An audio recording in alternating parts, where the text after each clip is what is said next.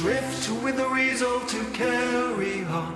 When the climb is steep and the days are long, we rise, all rise. Our fight burns bright.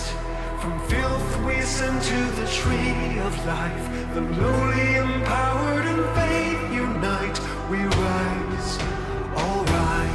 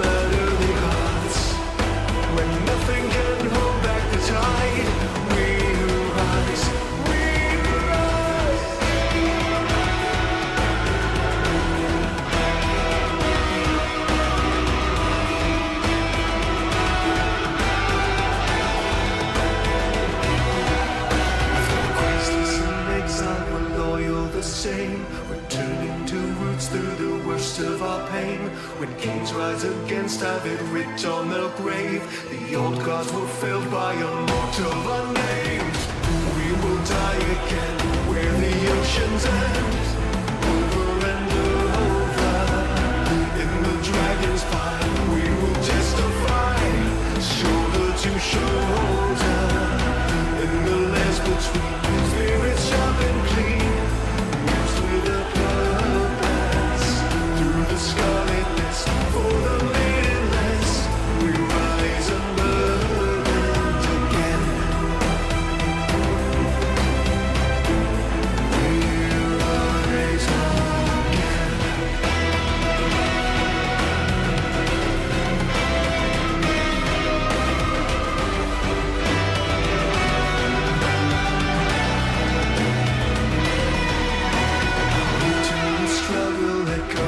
the past. We rise, we rise.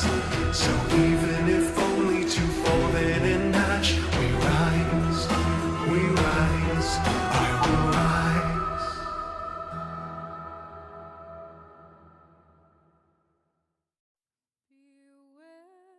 Beware, the daughter of the sea.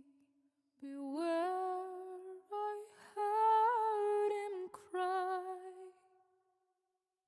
His words carried upon the ocean breeze as he sank beneath the tide.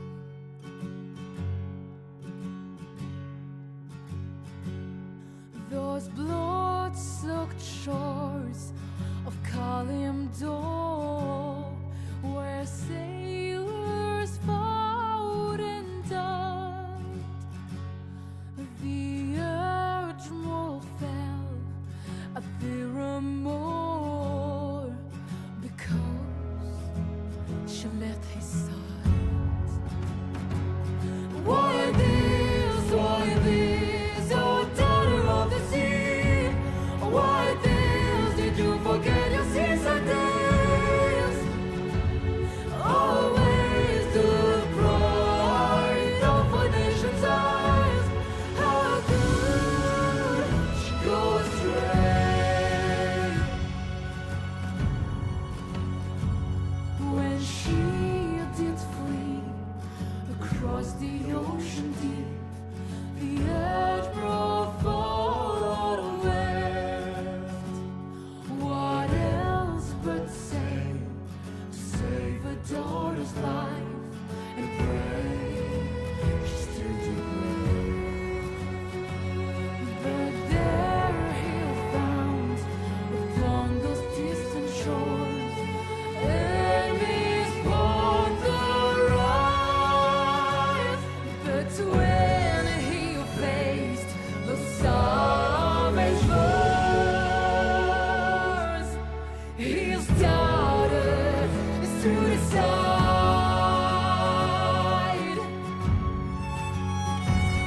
and buried deep beneath the waves, betrayed by family. To his nation with his last breath quiet, beware the daughter of the sea.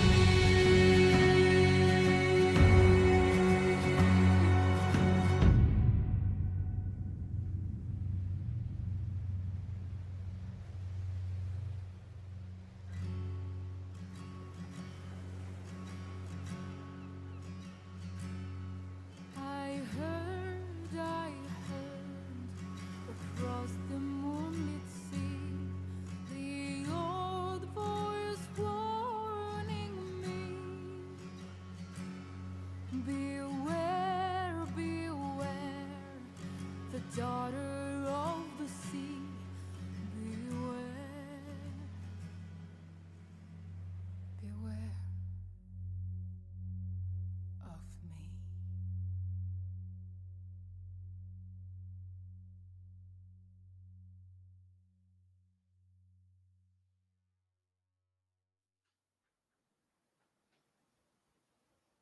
Norna, everyone! Welcome back to Realm Weavers. We are back. We exist, I swear. It's been a while. So there's been a couple of changes. We've shifted it up to trying to do every other week instead of every week. I got a new desk, so I'm still trying to figure out the layout of the camera and everything like that. But yeah, we've been working on stuff. I've also been working on overhauling the mechanics of first edition AD&D, and the more I work on it, the more I'm like, you know what? When I'm done with this, it's probably not going to be D&D anymore. Like, I'm gonna have to come up with my own name at this point. But I'm happy with what I got so far. I've been working with my players. I've been working with other people that I know outside of our group, trying to get feedback and advice, and if anyone who's watching this has any ideas or suggestions, please message me. I'd love to hear them. I'd love to talk in depth with anyone who's willing to listen. But yeah, so we're back. We're ready. Are you guys ready? Oh yeah. Ready. Oh, yes. So one of the things I wanted to do just before we were leaving them, I wanted to do psychic impression on the ring. We're going to do a quick recap really quick before we get to that. So recap for those who missed it or have been too out of it to remember what happened last time and don't have the time to go back and watch everything. Essentially, there was a random attack/raid that happened on the town. One that people weren't really expecting, and happened by from what the players can tell, the Knights of Reckoning. They were essentially targeting someone in particular, but who that person is or who that group is, the players do not know. And it may or may not be connected to the ring. You guys don't know right now. There's also an interesting armored individual who got a few enemies that day by fighting you guys.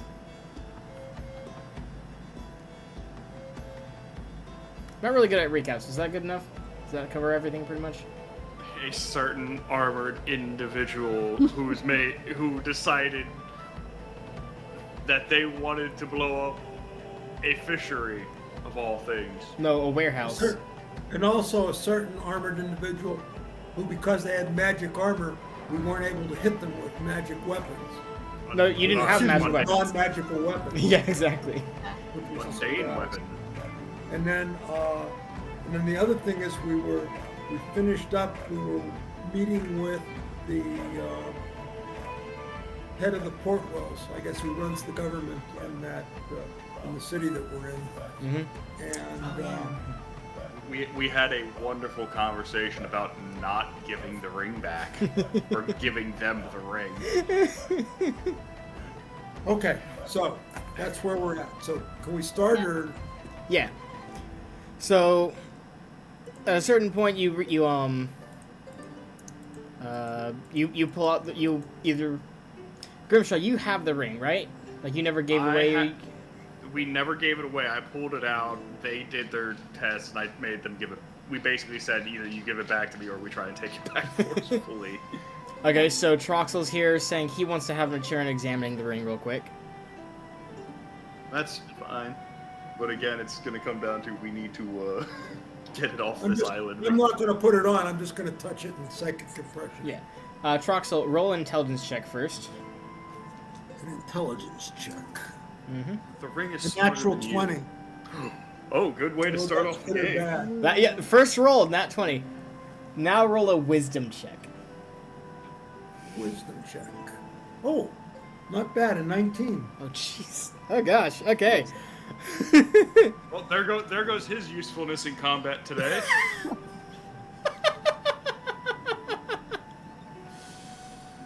Oh, gosh. All right, so. Da-da-da.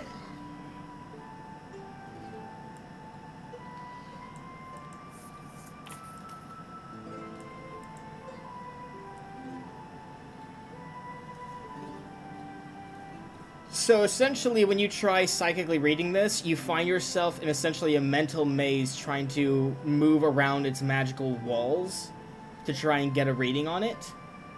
And you navigate it beautifully.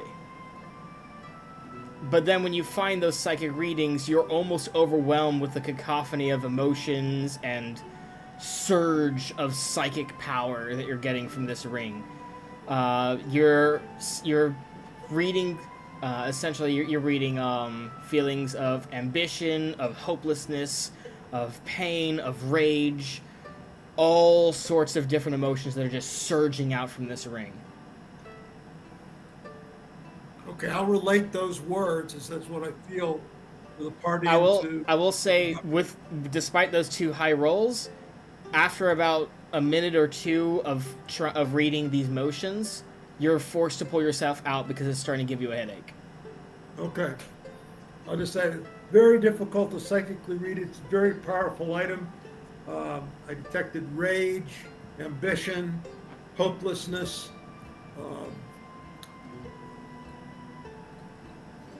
Great, so all the things dead feel. Yep. Whatever. Good.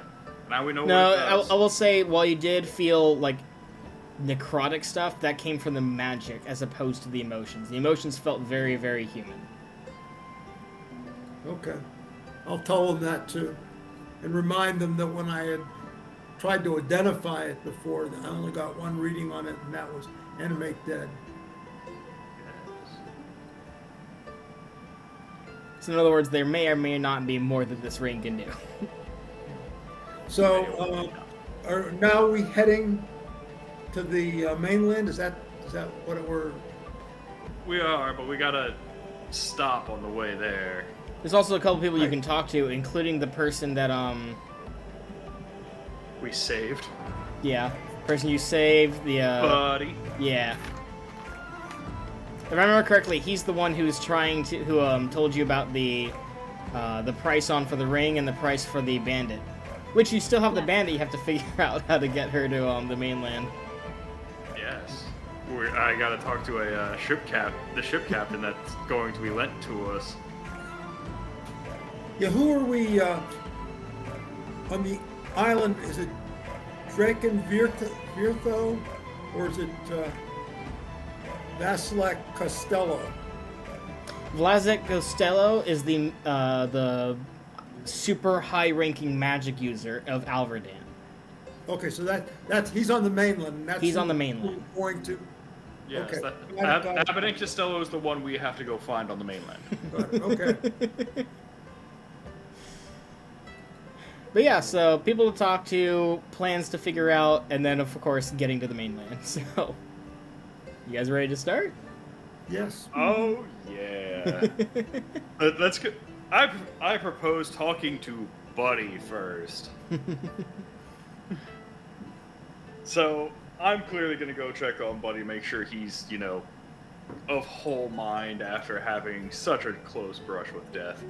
Do you guys want to go with him, or are you guys going to go talk to or do something else? I was planning. I do want to go to the guild just Okay. for a few minutes before we leave the town. But other than that, You're Awesome. fine going to the guild. We can do this ourselves. okay, I'll go to the guild. I just want to know what the cost is to join the guild, if there is a cost, and if I can get some second level spells, if possible, and how much they cost. And Lorsan, what was I guess I'll go with Grimshaw. All right. We're gonna go ahead and start with Grimshaw then. I don't think I ever gave the name of this guy, by the way. Which is why I've always been calling him Buddy. I think It's not gonna change his name, even if you give it to The me now. interesting point, the reality is everybody likes their own name, but most people are dealt with in terms of relations. He's my plumber. He's my. yeah, but we still need a name for like tracking him throughout the story and all that kind of stuff.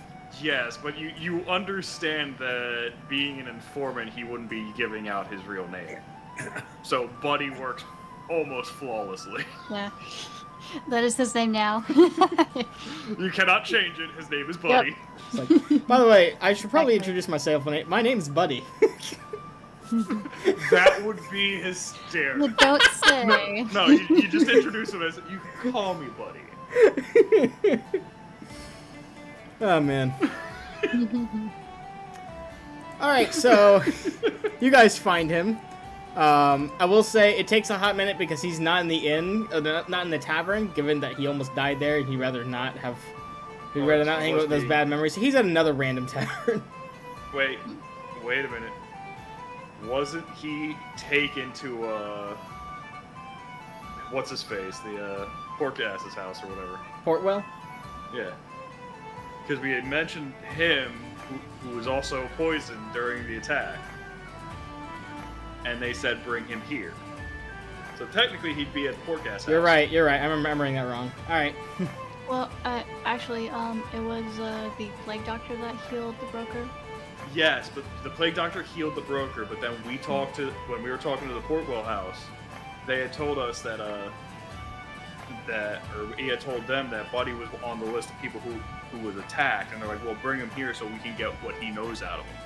Okay. So asking around, you find him in the prison cells. Oh, we're gonna get him out. I'll pay to get him out. He's my buddy. I need him out. And I actually, if he's in the prison cells, can I talk to the person who? Can I talk to General Pork Ass or whatever his name is? Be like, why is he imprisoned at this point? I'll tell you. Okay, so we interrogated him. We found out that he was a broker of information for the underworld. So we just kind of, obeyed the law and put him in prison.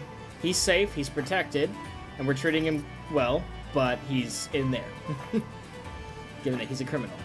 I need him out. Are you ready to pay the fine? How big's the fine? Tells you the fine is 8 silver pieces. I'll gladly pay 8 silver pieces to have him out, and the reason being is because I need as much information out of this man as possible. I'm gonna let you know they're making it a little bit cheaper because he helped the case and he was fully cooperative. Yeah. So. Yes, but you see, now I need as much information about both the mainland and anything else he might know. Mm-hmm. Just to get going. Just to know what we're dealing with. Yeah. So they lead you over to the prisons. The guard kind of nods to the jailkeeper. He opens the locked door, opens it up, tells him he's free to go. Buddy walks out, and he just looks at you and says, "Why?" Why what? Why am I helping you, or why did I get you into this mess in the first place? No, why are you putting me even more debt into your services? Like, why? You know that we don't like this kind of thing. I know you'll pay it back. Plus having an informant means that I'll be able to get farther and farther ahead of my enemies, correct? Anything you learned... Technically, yes. But my ability to give information has been severely restricted in this island because I've been caught, so... Yeah. Now you're free. Free with a record now. Thank you very much. Yes, but now we can get you to the mainland and you could be an informant there. Oh joy, where the restrictions are even worse.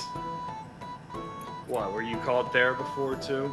No, I decided to station myself here to avoid all the crazy rules and laws that their king has been implementing. It's been getting worse over the years. Oh. I could definitely use that information. What are we dealing with over in the mainland?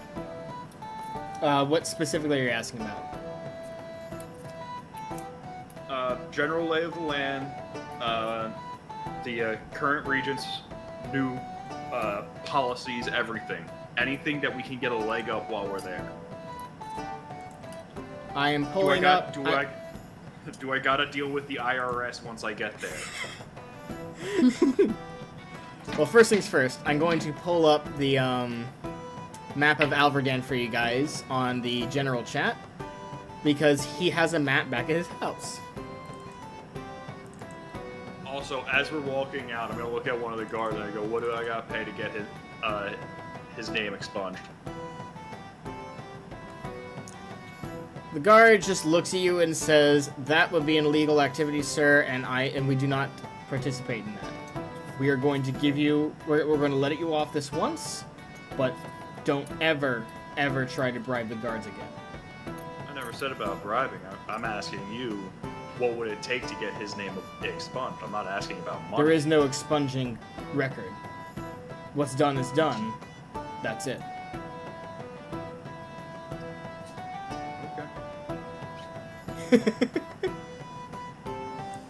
So did you pull it up? I'm about to. Oh, okay. Alright, so he brings you back to his place and immediately pulls out the map to show you the map of Alverdan. This should be the updated one, not the old one. And yes, it is. Make images.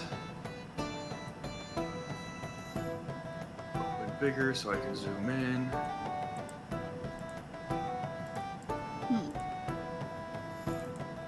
Alright.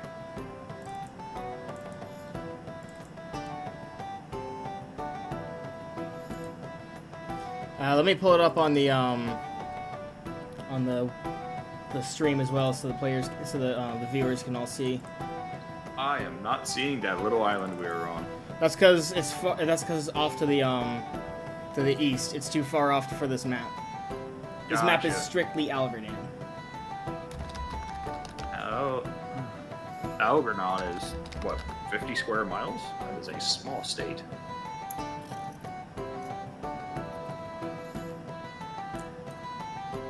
Maybe 55.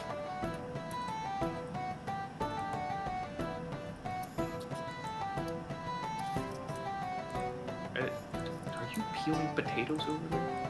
I am peeling potatoes. Fantastic.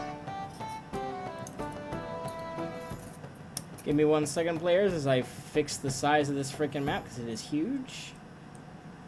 Needs to be bigger. Well, it says 36.4 miles per square. I guess a square in each little bracket at the bottom. Is it? of the map. Yeah. Okay, so it's a lot bigger than that. I was gonna say, it's a fairly small area. It's like less than a state. Here, let me get you the Let me get you guys the grid version so you know the. Oops, hold on, damn it. I mean, you have the scale at the bottom, so. Yeah, but it's easier to track the scale with the grid. Anyways, that's for the audience. That is the map. That is Alverdan. The next location that we're going. And Yep. terrorizing, essentially. One second.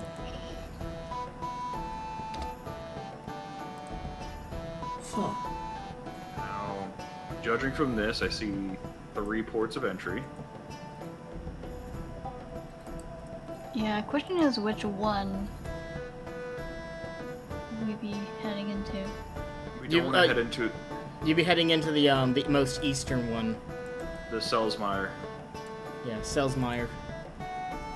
Any way we can convince him to have us come in by like Redby or Tamor would be great, but I know that's not going to happen. This place seems to be very, very stringent on the rules. Mm-hmm.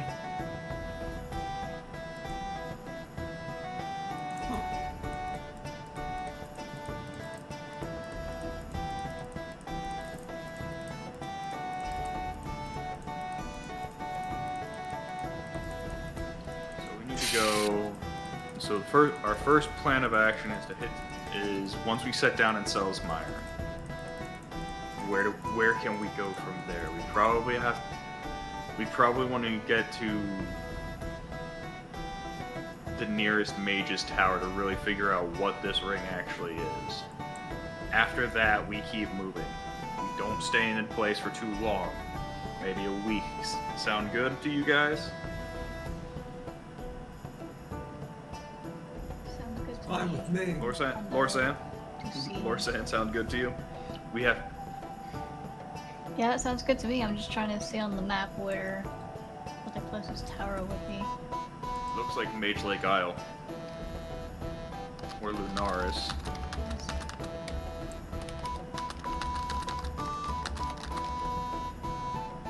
Yeah, Mage Lake Tower is going to be the closest mage tower. Other than that, buddy, Yeah. do you know of any good places we can get better equipped? Because I'm not having a repeat of magic armor protect me from everything. If I can get my thumping club thumpier, then let's do it. Well, he doesn't know about magical equipment, but Selsmeyer is a very rich port town with a lot of trade behind it. So you'll find a lot of goods there. Okay, next question. Is there any other place you want to go to that's not in Alverdan that we can set you up as an informant there? Get you backed up, get you... so I can get more information. He's like, there's a lot of places I'd like to retire. None of them are where you'd need me. So I never said about you retiring. it's like, I know. Let's see here. if you work well for me, I can get you a place that you can retire. It's like, oh, you want me to work for That's- you? I need the information. Why else do you think I bailed you out? It's like, and I appreciate that. I was kind of hoping to clear the debt and move on my way. Why should I join you? Why should I work under you? How long would it have taken your people to get you out of jail? How long would it taken your people, if you had gotten pinched like you did, to set up enough money to get you out? It's like they wouldn't set up money, they would just break me out. Yes, but now it's easier for you to stay above ground and still get the information you need. Two, considering this is a small island, I can't imagine there's a ton of information going in and out of this port town. Maybe little rumors here and there, but nothing major. I get news from You out said- of town. I help people set things straight. How would you like to do that in another town? Bigger one where you can make more than enough clink to, let's say, retire in a couple years. And where would you propose I did that? Well, it can't be in one of the port towns, that's for sure. And I know the dwarves don't take too kindly to people currently. It depends Maybe on if we- which. It depends on the clan. I know my clan don't like people that much.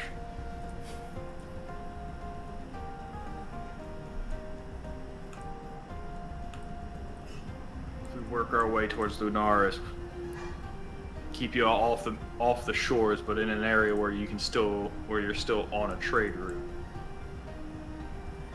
Well, regarding routes, the red map, the red line is going to be the most heavily traveled one. That's the main road. To give you So an the idea. red line is where we'd want to install Buddy. Definitely not in Gelmar or Gilvermore. Nuxfar maybe. Nuxfar is right on that trade route. Maybe. I mean, there's also some other towns I can see. There is, but if we put them on Nuxfar, that's got 3 or 4 offshoot roads. You got your rate centralized. You have the most positive amount of people you can get to because it's between 3 different cities. Easy. He's not wrong. Makes sense. All right, so Where but he's still trying to hear more reasons as to why he should join. He's asking, like, for example, he's asking, what kind of connections do you have? What kind of funding? Like, what? Give me incentive to join you, to work under First you. off, we have at least 2 nobles that you already know of. One was another poison victim here, and the other one's standing right in front of you. I thought Troxel was off with the Mages Guild. I am off the You're talking about Mages Guild. yourself. Okay, yeah. He was yes. Everyone Okay, forgets. he looks over at you and says like, "All right, big shot. What's your proof that you're a noble?" How much of the dwarven culture does he know of? I'm not gonna roll a wisdom check to see if you can figure out if he knows anything or not. Wisdom's a D20, right? Yup. Alright, let's go. I rolled a 10. This guy's good at a poker face. Tell you what, buddy. I've got the only thing I could show you to prove that I'm actually nobility are my cufflinks, and the fact that I am wearing I typically walk around town in my traditional dwarven mantle, or not or shit, I can't say that. He doesn't. The only thing he wears is his cufflinks to prove that he's nobility, which again would be what, silver, I believe. Silver with a with like little citrines embedded in it. So you show him the Pulls out cufflinks? Yeah.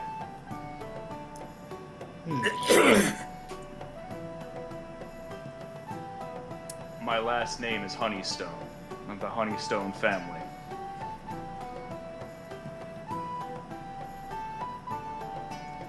Honeystone? Right, we're not originally from Alverdan or anything like that. We're more west. May not have heard of us yourself, but Nope, I haven't heard of you guys. Okay, so you're a noble. Nice. Does that mean you have funds to sufficiently pay me every month? well, I feel like I've sufficiently paid you for a few months at least already. But clearly I have another source of income from, well, what was once my benefactor, but now he's more of just a traveling companion. So I'll make sure I can get enough funds for you. You shouldn't. How much could you possibly need for? Well, greasing palms could be expensive sometimes, right? Better be true to your word. Grimshaw Honeystone, I'm gonna remember that. Have you ever seen me not give you my word? I've barely known you at all. It's not But enough time to gauge someone's honesty. But did I say I wasn't going to protect you? That you and me were in business and I don't let anything bad happen to anyone on my, who's making business with me? Roll a charisma check.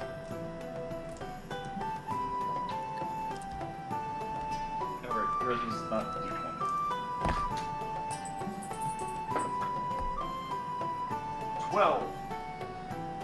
I rolled a 12.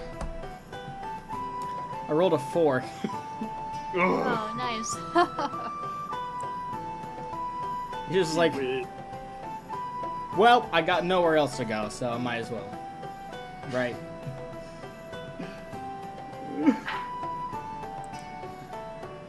I'm glad I can help you I'll help you get set up and everything. And what else do you know of the mainland? Land-wise, he's gonna tell you that a lot of it is a mixture of mountains and hills, and then grasslands and valleys. The lower, if you look at the map, you can see very quickly which sides of the area are going to be more temperate and temperate, yeah, temperate, and then which sides are going to be arid. He explains to you that for the most part, Alverdan is a very, very, very strictly lawful place. They hold, like, every rule is supposed to be placed and acted on with extreme precision. He tells you that the farther away from Gilramore you get, the more lax the rules might be, depending on the noble house. He tells you that over the years, the king has been getting more strict, more harsh with punishments, with his laws and rules. He told you that taxes recently went up again. Like, we're gonna have to fight the IRS. He tells you that the longer you're in Alverdan, you'll probably hear even more news about the king, about the nobles, about the laws, about everything that's been going on. So just what I'm hearing is the people probably don't like the king too much. He's like, yes and no. It's not like the changes have happened overnight. They've been happening gradually. Like, even the past kings have if you go further back in history, like a lot of the older kings were pretty good, but over the generations they just kind of got more stubborn, more unconcerned, and so forth. It's almost like the people have slowly been eased into this lifestyle, so it's not really unexpected. It's not like they're happy about it, but at the same time they don't really know too much of other styles. So most people just accept it, especially since they can't afford to leave. So The big city treatment. Gotcha. Alright. So high oh, tech. and a word of advice: try to avoid the avian wilds as much as you can. The avian wilds. What's been said to happen there that we should probably hightail from it? It's rumored that only druids have been able to go through that place and come back alive. Basically, just wild forest territory. There's all sorts of stories of what kind of monsters dwell there, but nothing concrete. Makes sense if the druids want to keep people out. That's where they keep the good druid drinks. Okay, so stay away from the southeast, essentially. Stay away from Gilramore, just to get away from the king himself. Nuxfar might actually be the perfect spot in general. Far enough away that the king probably won't know about you, and close enough to get all the juicy information. Right. Also, don't forget to avoid the Knights of Reckoning if you can. They're not a fun bunch to be around. At least that's what I. Oh no, they seemed like great people. He does tell you that there is one particular reaction by the people in regards to like the king's growing tyranny, and he tells you that in that regard it's because well, not because of it, like it's caused a lot more bandits to rise up in different areas, and he tells you that some of the bandit clans are starting to get not only larger but also more aggressive and callous towards both the king and the people. So just be wary of bandit attacks. Shouldn't have any problem with us then. I don't plan on paying my taxes. I'm transient, I don't own land. Can't say he charges sales tax, does he? Sales tax? Exactly. It's like there's lots of fees and a lot of there's a lot of fees and taxes, including like entry into the country, using the main roads. See, this right here is why I didn't want to take the boat from the port gas house.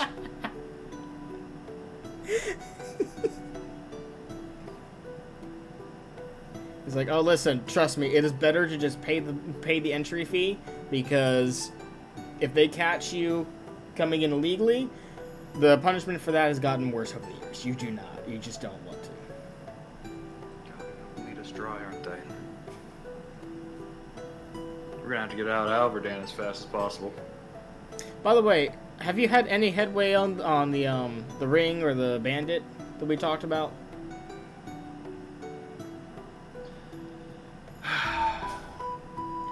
They wanted so much as we know, that attack that left you in rather poor tastes was set up because of the ring.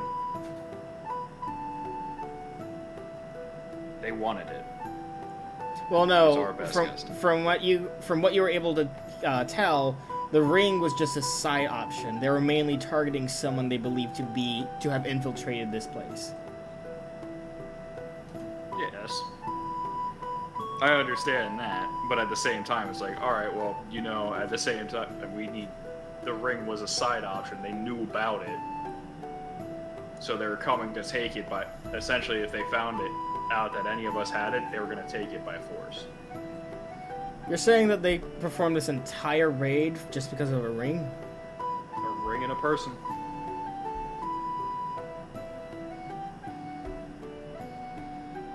They burned down the warehouse, though. Who are they trying to take out that works in a warehouse? A distraction. You're saying they Cause a burned base. down a warehouse as a distraction? It worked, didn't it? They got to you. They straight up almost took you out. Remember? Yeah, but if I remember correctly, I wasn't the only target, right? No, you weren't the only one that was poisoned. My acquaintance was almost taken out by the same poison. Who's your acquaintance? Just somebody I came in and traveled with. Noble from a house, but Which house? couldn't tell you off the top of my head. Not of the port gas. The Portwell? Port gas. Okay, so that's one out of several that it's not. Looks over over at the half-orc and is like, Do you know what house he's talking about? You know, Troxel, whatever his last name is. Trying to see if I wrote it down. Hang on. I actually have his name. I'm just either Grimshaw is playing dumb or he just doesn't remember it. We're just gonna play it all as he just doesn't remember it.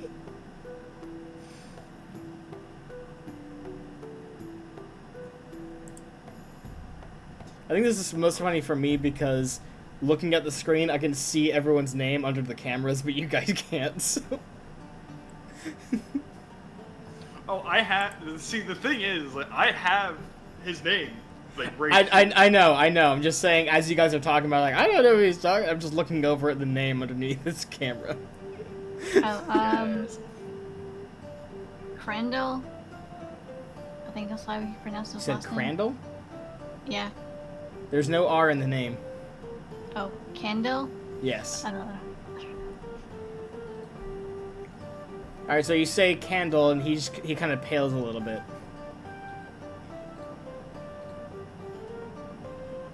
Do you know him? You sure his last name is Candle? Pretty sure. Okay, so that's one of the highest noble families in Alredan. So he's really, really rich. Looks over at Grimshaw and he's like, You sure we should be working together if you're working with that nobleman? Because, like, that's as close to the king as you can get. Buddy, that nobleman doesn't even know that I'm a noble. That's That nice. Do we want him to be around us as we're working with the Thieves Guild? You won't have to worry about that. Oh, really? Because if he catches wind of that, I'm done. I'm toast. That's it. If he's never gonna catch wind because he's not coming near us. I'll make sure that whenever you and me go to talk, he's gonna be nowhere around. You're my buddy, dude. I can't let you get pinched by now the king. It's all right. Just be careful what you say around him. He is a nobleman.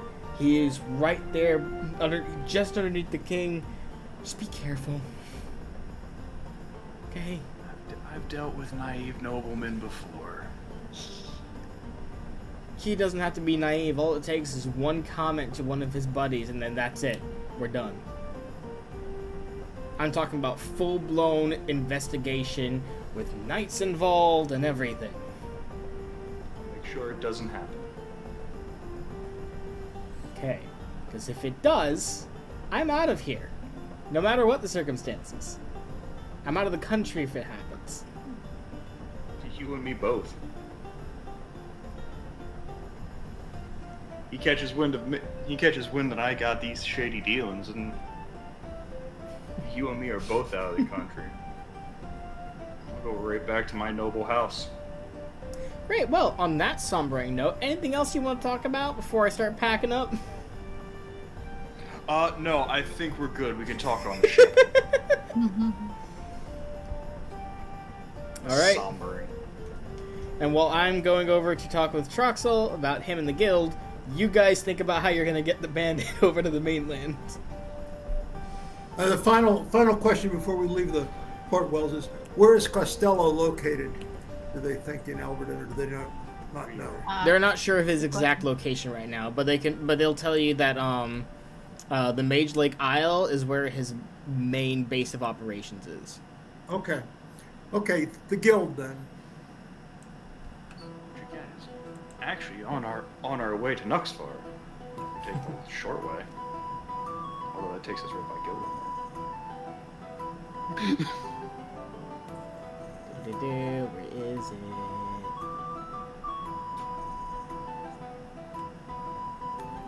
Okay, so you eventually reach the guild hall. It looks fairly empty of occupants right now, as they've all gone out to try and help repairs and help the people and all that stuff. Literally taking every chance they can to try and build up a good, good rapport with the people.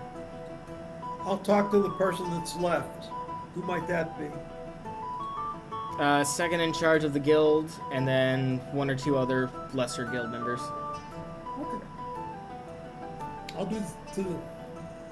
I'll talk to the second in charge. All right. I'll introduce myself. Tell them that I'm a magic user. That I'm looking to either join the guild or B to get spells. And what do I need to do regarding both of those issues? Let me pull up the... Where is it?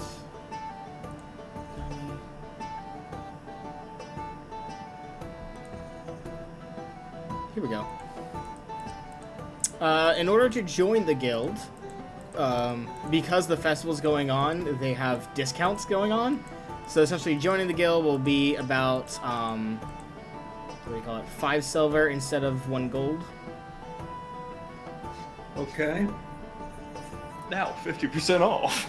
Literally, yeah. So let me give them. Here's my 5 silver, and I would like to join the guild. All right, so they start asking you for information. So like, what's your first name, your family name, occupation. They ask you like what level of mastery how do you have right now, how many spells you know. Like they're asking for a whole bunch of details. Okay, I will give all of that detail. Name, family. They freeze and stop as they see your name as Candle, and they're just like, "Sir," they bow to you and say, "It is a great honor that you wish to join the guild." Well, I wish my family viewed it so, but Even I'm so, we'd like happy to permission do to. that. Even so, we'd like permission to advertise your name to the rest of the guild and spread the word that a nobleman has joined our guild. You have my permission to do that. Can you please sign it? Like they write up a contract real quick and they're like, "Can you just sign that real quick so we have proof that you gave your word, so that when they come for us, they can't tear us apart." I Want will your do that. autograph is what they're saying. I will do that. I will sign it. Being literate, and then I'll ask about. Are there perhaps how much do second level spells cost? Tiers 2 spells cost 2 gold pieces to 5 gold pieces, depending on which spell you're getting. Okay. Let me give.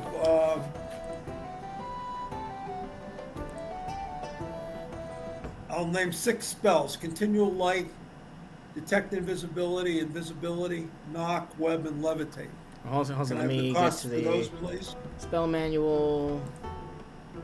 I would also like to point out that he did not read that contract. I'm aware. Okay, so What spells again? And one at a time. Continual light. And light. Okay, so very basic and very legal spell. So that's just going to be 2 gold pieces. Okay. Detect invis. Detect invisibility. That one is going to be 3 gold and 5 silver. Invis. What? Invisibility. Oh, just straight invisibility? Yes. They kind of look at each other first and then look at you and say, really quick, what kind of license to cast magic do you have? I don't have a license yet. I'm looking to, once I join the guild, I'm looking to increase my licensure also. They give you a license for free. Yeah, what kind of license is that? It's the only one that they can give you, which is, hold on, let me look up which licenses there are again. Cultures. No, that's not what I want.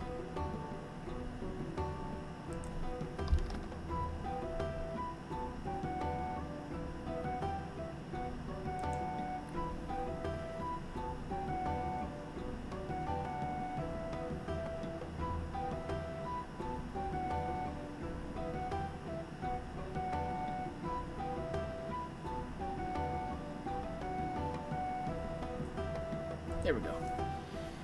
Do-do-do.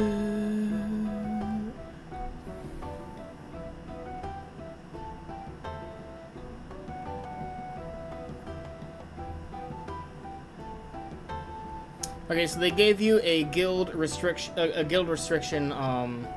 license,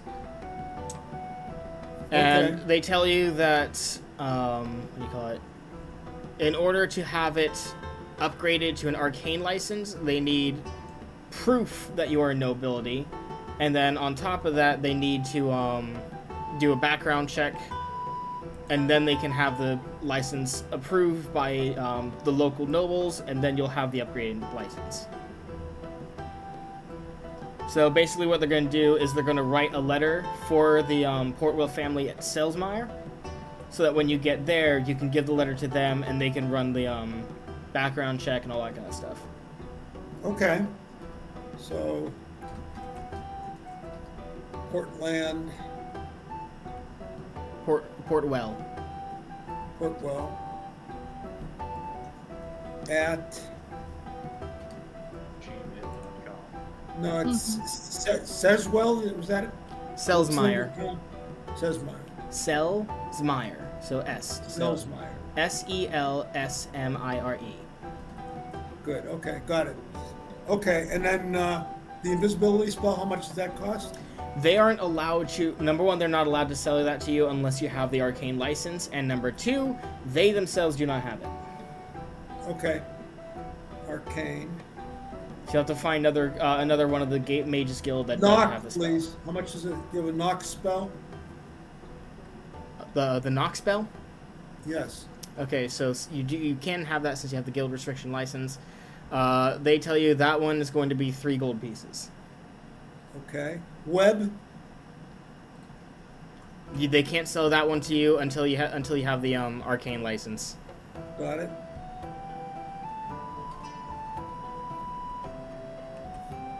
And levitate. Levitate they can sell to you for 2 gold pieces. Okay. And then how much would a traveling spell book cost?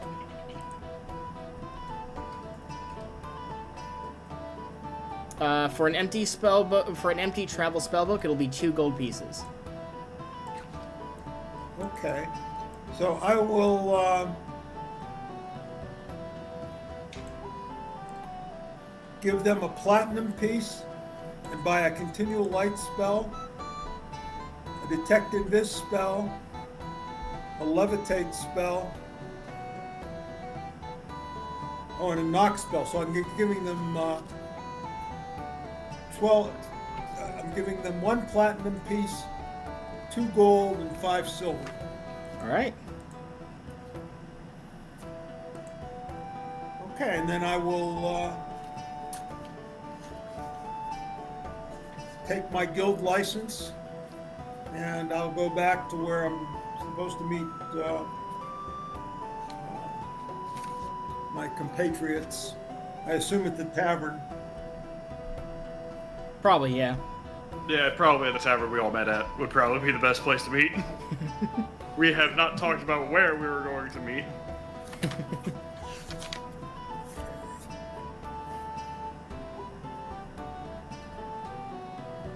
All right. But we still have to figure out how we're gonna stop the boat. All right, so you guys reach the tavern. You see Troxel enter the tavern. I'm just gonna give him a nod.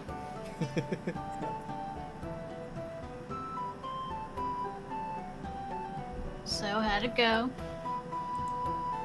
Oh, I'll explain. Yes, I bought I'm now a member of the guild, so I have the minimum license now to cast magic, and I bought 4 spells: levitate, You guys keep talking. I'll be back. knock. Just give me 1 second. detect invisibility, and continual light. So it was a good meeting. So I'm ready to go to the boat whenever you guys are. Well, we still gotta figure out. Me and Lorsan here have to figure out one little problem. A friend who doesn't want to come into the city but wants to make it to the mainland. Well, why don't we just talk to the captain of the boat? And worst case, I can give them a couple of silver pieces or something, and we'll stop the boat somewhere. And that's probably going to be the best case scenario, not the worst. I'm back. Okay. Do got to figure that out, though. Well, best thing we can do. I forgot to put up the do not disturb signs. There was someone knocking at my door. Don't worry, someone's probably going to knock at my door in like 10 minutes anyway. So I have not been outside my house yet today.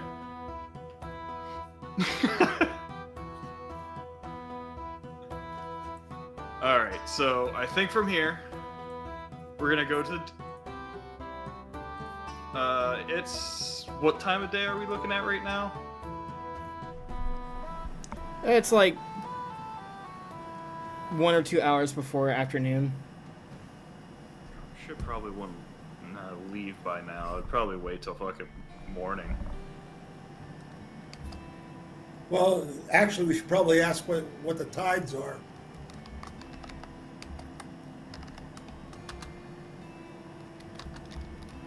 I mean, I don't have any ask sail- any, I don't any have- sailors here know what the tides are today?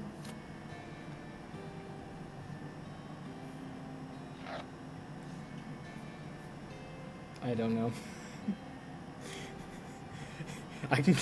I don't know that much information about that topic. Okay. He doesn't know sailing, but I would probably say they'd I'll do this. Hold on, let me do this, and you guys can help me figure out the rest. Because I did go into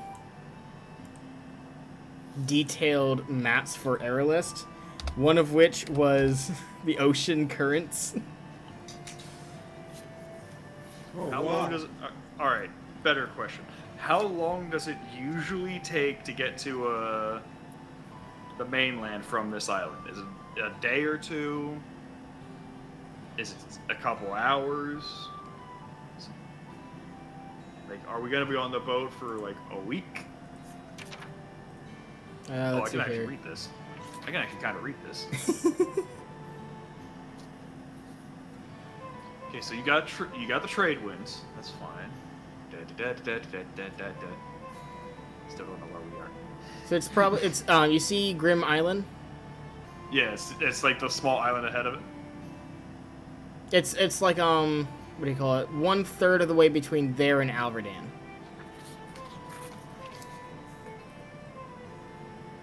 Okay. Like it's too small an island to be marked on the world map, kind of concept. So we're literally... Okay. So, we're on that island that is itsy bitsy. And we're going to Alverdan. How long would that take? Let's see, 1 square, which is about the distance between. Okay, so hold on a second. Let me. So it's about a 40. Hold on. Times 2. There we go. It's about an 86-mile trip on a cog. Don't know how fast those can go off the top of my head. I'm sorry. I have the information for the ships, but it's in knots. I just forget the. It really doesn't matter Conversion. because it's a function of the wind too and all that kind of stuff. Assuming we have optimal of everything. Normal sail is about 4 knots per minute, I think. No, hour. Yeah, it'd be knots an hour. Okay, knots an hour. 4 knots an hour. Because a knot is what, 2.7 miles? I don't think it's that much. A nautical mile. I don't think it's a knot. That's why we only go like maybe 13 knots. But you're right. That'd still be.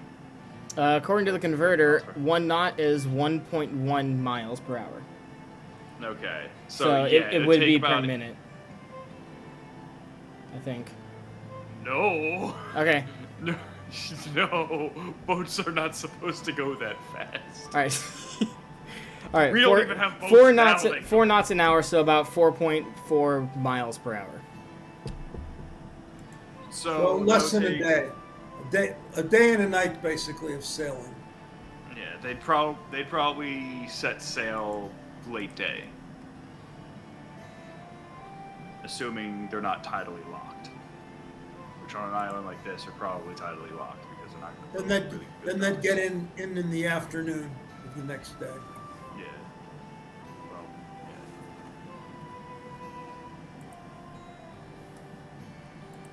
So let's take that. We're gonna go talk to our. Can you go talk to our ship captain, see if he'll let us pick someone up on before we leave the island? Sure, I'll do that. Gotta talk to a acquaintance of mine before we leave. So I'll go down to the docks and find the ship.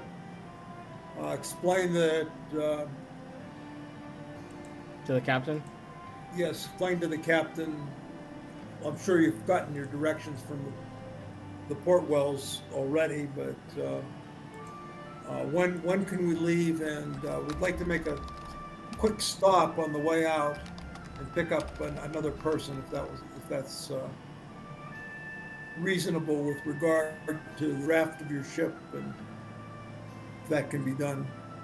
He's like, we need to know who this person is, and we also need to be able to register them. They have to have their well, technically the port wells are paying for the expenses, but we still need to know their information. Oh, okay. Huh.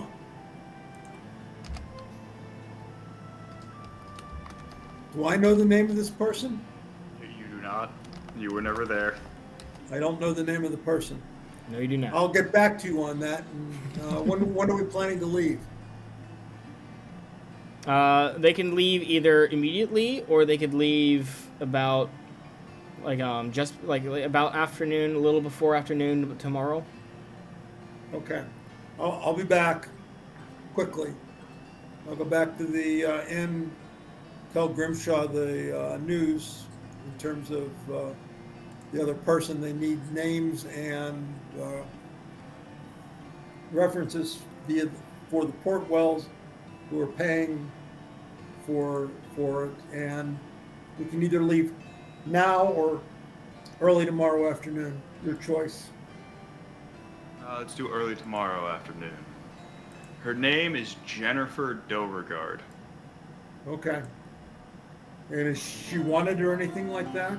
Or is it going to be a problem by giving her the name? The name? No. She's Okay. not wanted. Okay, then I'll do that. I'll go down and tell the ship captain we're going to leave tomorrow afternoon. The person's name is Jennifer Goverdard. Beauregard. And, to the best of my knowledge, she's not wanted or anything like that. She's not wanted by the authorities. Just another one of our traveling companions. Okay.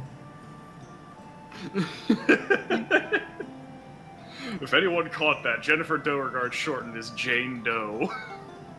I was wondering why you used a different name. Well, like I knew you weren't actually yeah. giving her a name for a reason, but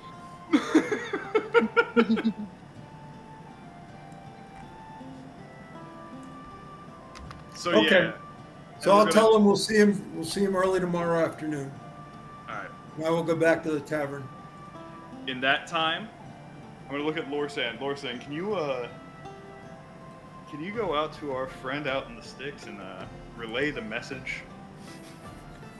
Name Sure. and all. Oh, Alright. First of all, I have to know. I need to tell the captain where we're planning to stop. Do you know where we're planning to stop? Yes, I gave him. I'll give you the location of where we're picking her up at. Okay, this is not a problem then, in terms of. Okay, that's fine. The captain doesn't need to know that immediately. Yes. Otherwise, yeah, we're gonna go relay the message to Jennifer Beauregard that her name is now Jennifer Beauregard. Which I don't think you ever gave me her name. no, I did. But he doesn't remember it then. He doesn't remember. Yeah, probably. If you haven't noticed, he doesn't remember a lot of people's names. I'm gonna go talk to Buddy and see if he can be ready. Well, that was something I wanted to talk to you about real quick because we know that you're going to be positioning Buddy in a very specific location. Did you want Cieldrake, because that's her name, did you want Cieldrake to join you guys in your company as a follower, or did you want to just send her off? I would rather, depending on I'm gonna ask her if she wants to join at our company. Because at least then we have essentially padded infrastructure. I'm gonna petition her, be like, hey, this is the deal. We're getting you over there. We're gonna help you find a cure for your curse. And then I want you to work for me. Or if you don't want to get rid of your curse, because honestly, to me, it is a very useful curse. Yeah. All right. We can use that to. Well, so Lorsan goes off to speak with her. Grimshaw and Troxel, did you guys want to do anything in the meantime? No, I'm just copying spells into my spell book and. Well, I was gonna say, while Troxel is doing that, I'm gonna make sure to relay the message to Buddy when the boat's leaving. Well, Troxel, before you can write down the spells, you have to know the spell. So which means you have to learn the spell first. So do you have second level spell slots that you haven't filled yet with your knowledge? Yeah, I don't have any second level spells at all. Okay, yeah, so perfect. So you take time to learn the spells and then start writing them onto the spell book. Okay. So basically, I guess I've got 4 scrolls. I'll read the scroll, memorize it, and then write it down in my spell book. So, that'll take me a couple of days to do. All right. Grimshaw, your entire area went dark. Your camera went dark. Again? Camera went super dark. I got you. Give me a second. I forgot daylight savings time happened.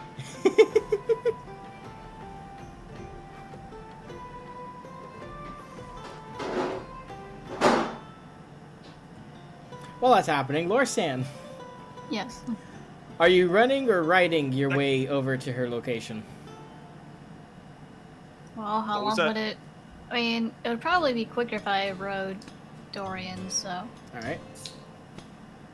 So you eventually get to the you eventually reach the old campsite. You know where she's going to be, so you keep riding until you eventually reach the coast area, where you see her immediately upon hearing someone approach, draw her bow, aim it, ready to fire. She sees you, and then she just calms down for a second. She's like, "I was worried something happened when I saw the smoke."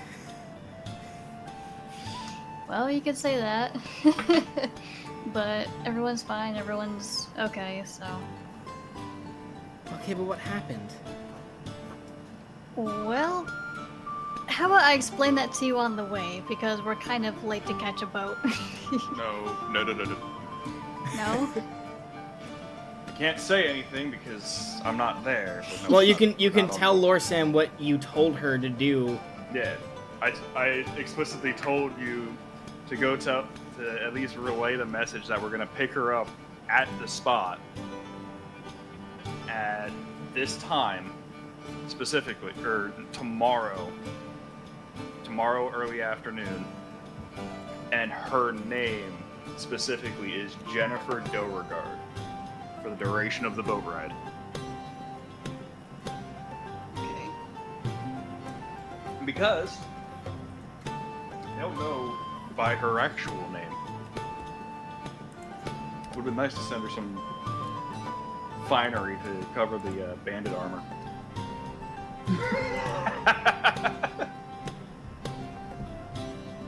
So do you recite that word for word, or do you say it in your own way?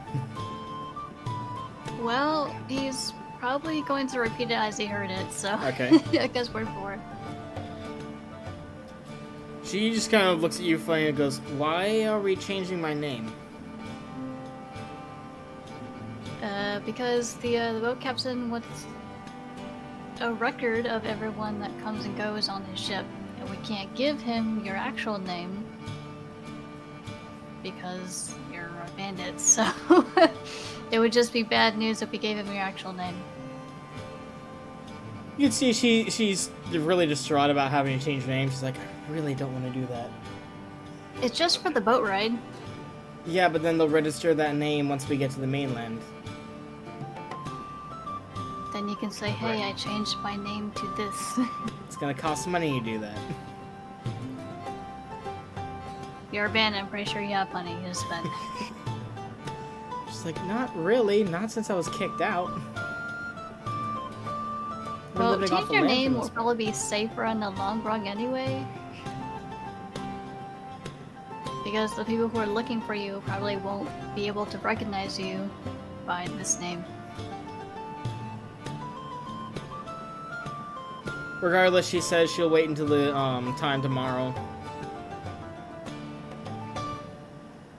She does say that if she doesn't see you guys there to pick her up by tomorrow, she's going to assume that you guys have just kind of left her behind, because this will be the second time that she's waited for you and you guys didn't come.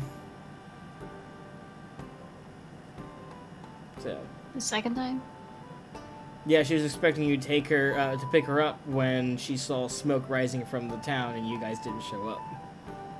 Well, I don't think smoke rising from the town was our cue of, hey, we're gonna come pick you up. This is true. We didn't have. There was no cue. That was just the town was on fire, and we had to put out. We were there, so we had to help put out the fire. I mean, Regardless. Grimshaw could have been. Regardless, she'll be there tomorrow. Okay. Grimshaw, what are you doing?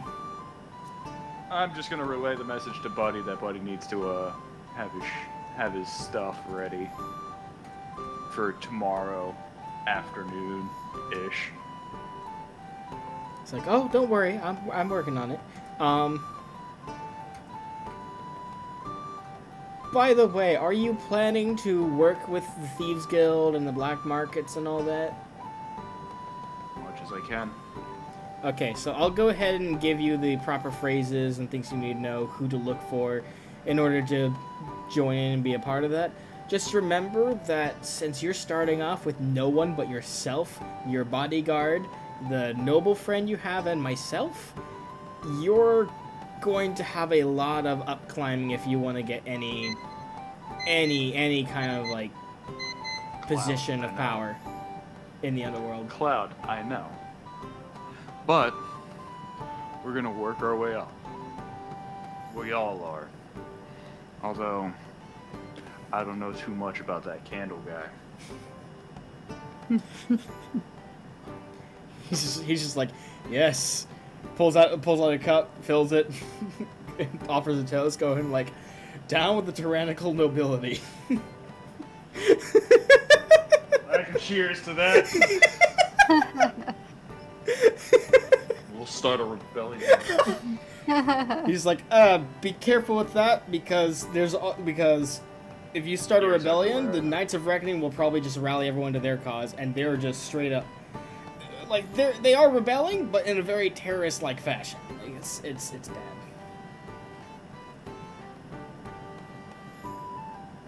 They're a ends justify the means kind of group. Ah, take the samurai approach. Got it.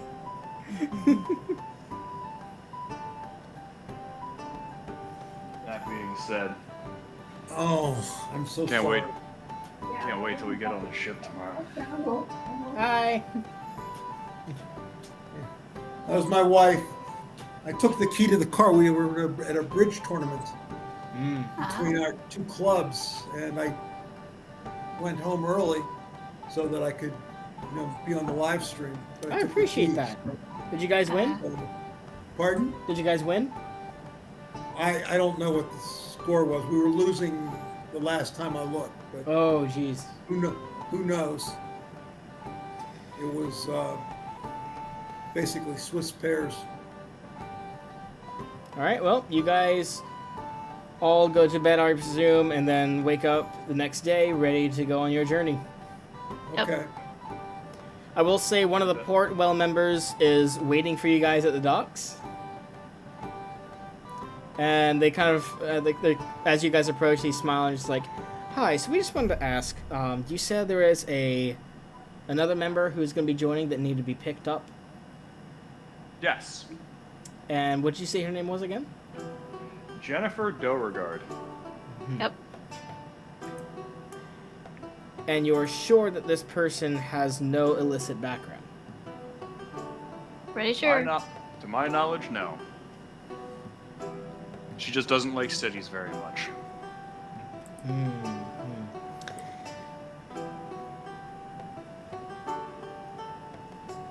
He brings you off to the side for a second, and then he explains, in case you weren't aware, because you probably weren't, but given that we have a little bit more freedom and leeway than the mainland, we try to help people get out of their not so friendly backgrounds and gain a legitimate citizenship, and try to help them get a fresh start if they really want it.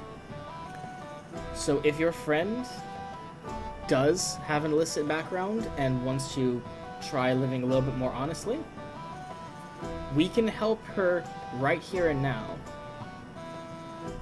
And we're eager to help her.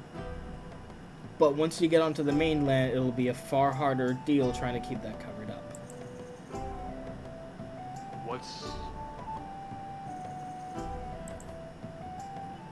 I'm helping her go straight myself. Okay. Let us deal with the legal papers and that background.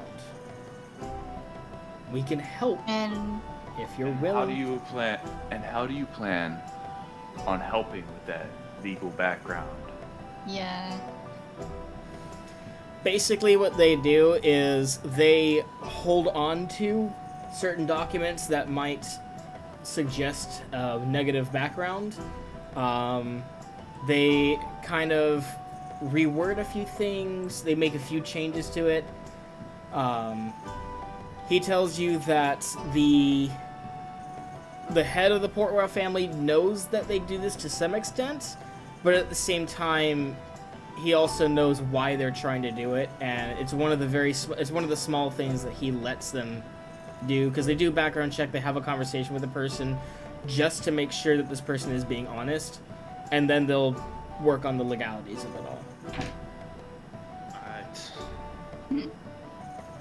Look, unless you want to take your time, come out and question her yourself.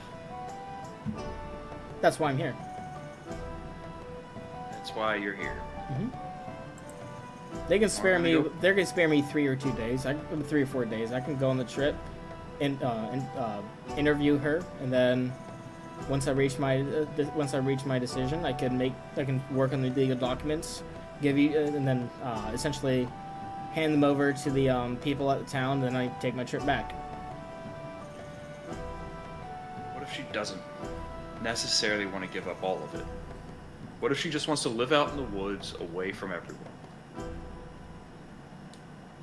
As long as she doesn't harm anyone or make things difficult for any people, I don't see a problem. That's If all she's she just living in wants. the wilderness, then that's fine. She wants to live in the wilderness, do her own thing, and be her own person. That should be that's, fine. That's what she told me. That should be fine. I mean,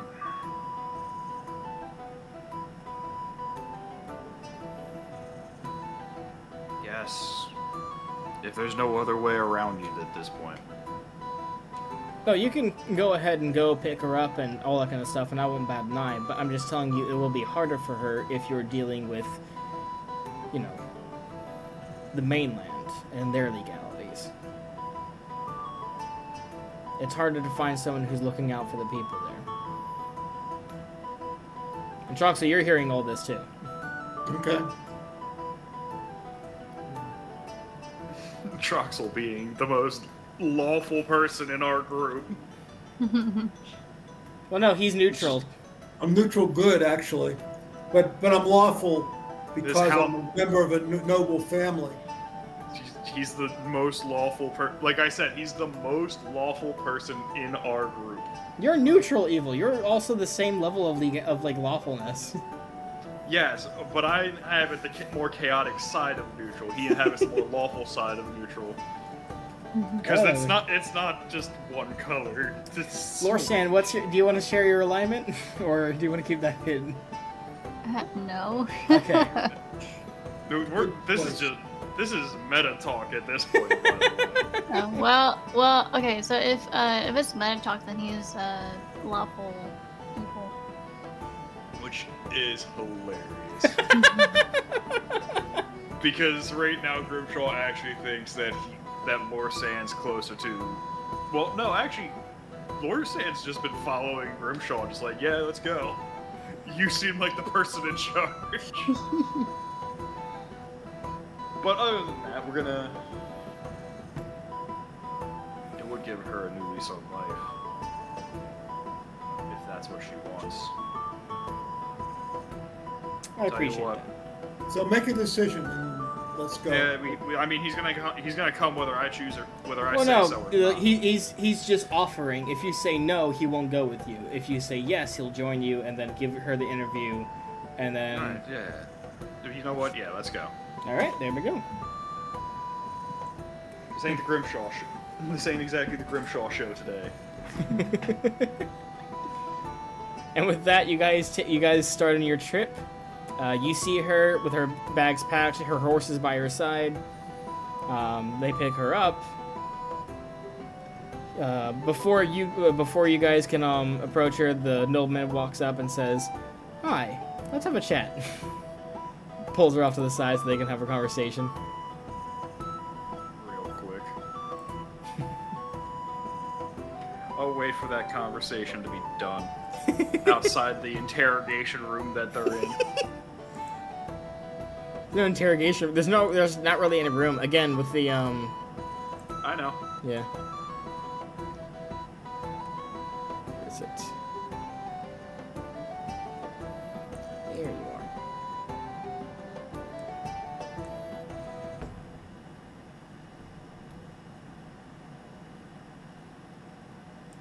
We just.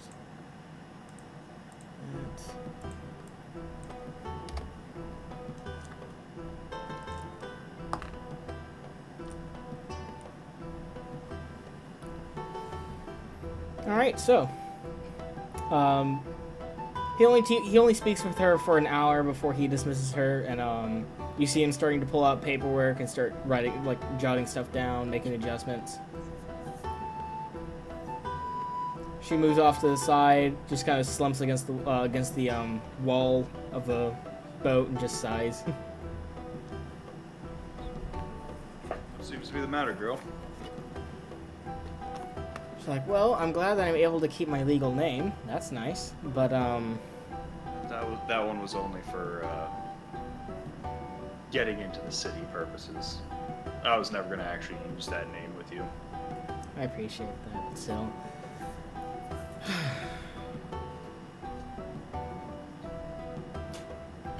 I've been stuck on the island for all my life.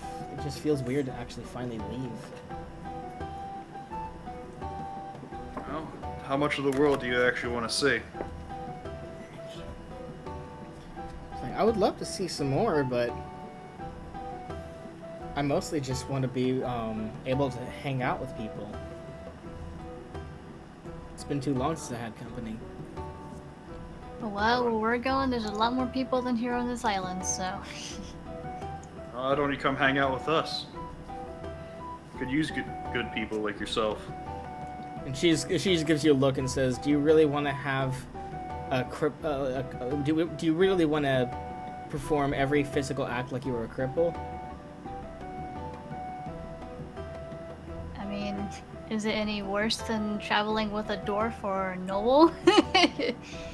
She's like, "I'm not asking for myself. I'm asking if you guys will be able to handle it."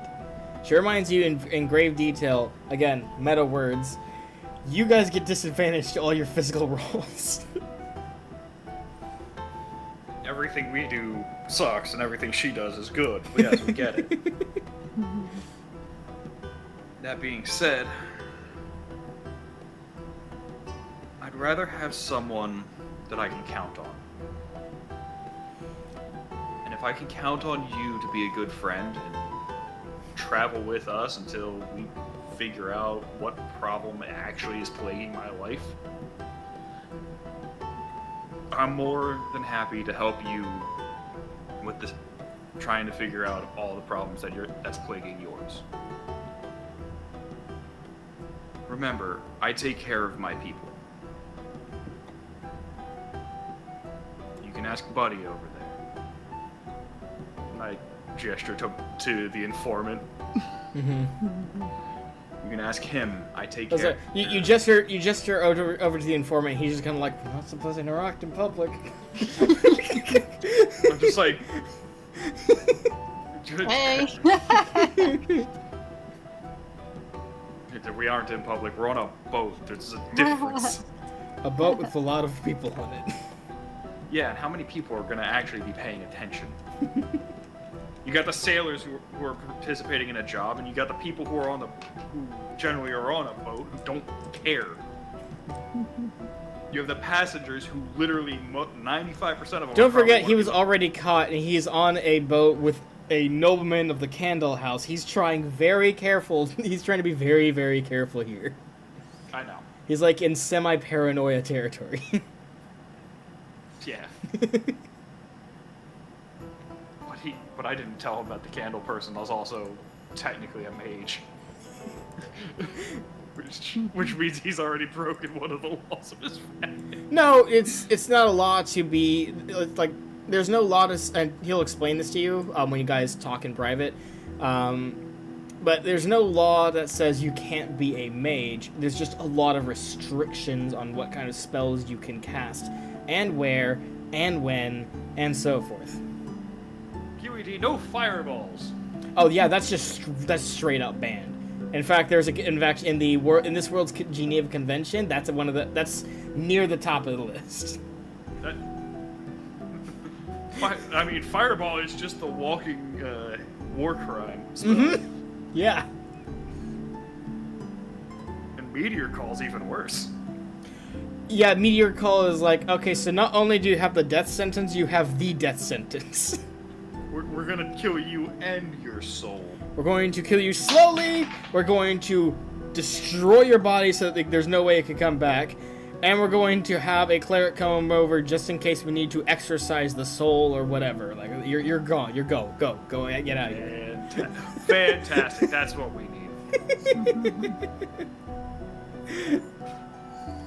How would you make fireball non-lethal? I don't Answer, think you don't.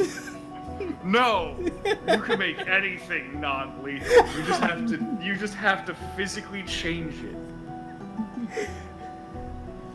Is there anything else you want to say to her? Or because we're getting off track. very much derailed, but that's besides the point. No, I was flat out like, hey, listen, if you want to join us, join us. If you don't, that's up to you. Roll a charisma check. Here we go. I don't know where it went. I'll find another one now. I have 27.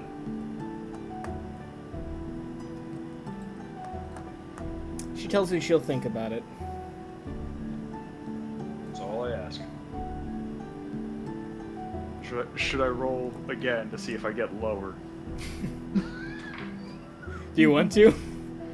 Not really, because again, we're gonna tempt fate to see if my rolls are just that bad today. All right, That's so not a bad roll, isn't it? Is it? on a Did you roll D100? Did you roll out of 100? Out of Try 100, and yes. Get low? No, you need high for persuasions. So it's high for Oh. persuasion, low for intimidation. Oh, okay. Crucial's really just not trying to persuade her. She's just like, you know what, if you want to come, but if you don't, I'm here to help you at this point. As much as I am here to help everyone else I consider my people at this point.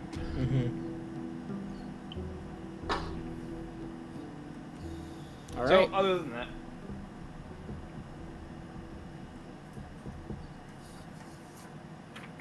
So I'm gonna go ahead and say we're going to end that day and go ahead and start our intermission because it is pretty much 3 minutes until the intermission, so this is a great place to pause that. Okay, good. I'll go and make myself dinner. See you guys in 15 minutes. See you in 15 Perfect. minutes.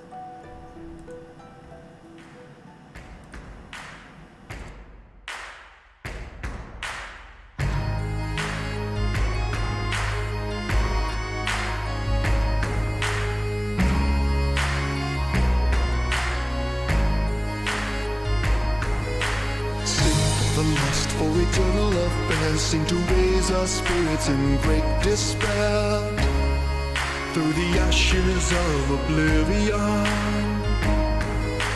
Quick and unseen like the dragons of spring, for we owe no debts and bow to no king. Every war has its costing we've paid, won by the bond of the body we've made.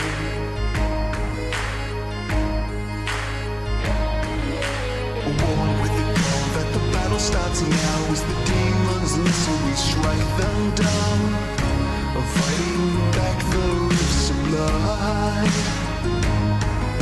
Sent from the sky lies an angel in need, give them news to strengthen and words to heed. Heaven's dousn't set alight, we're knocking on the gates of hell tonight.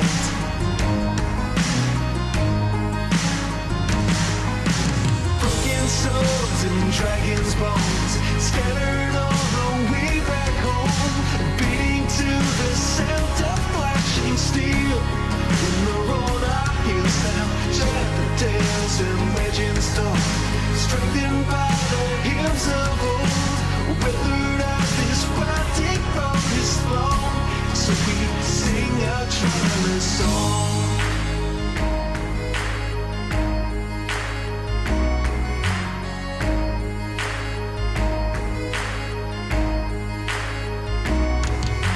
Play out a spell in your sequence of chords to inspire and sharpen our rusted swords, echoing the whisper of the trees.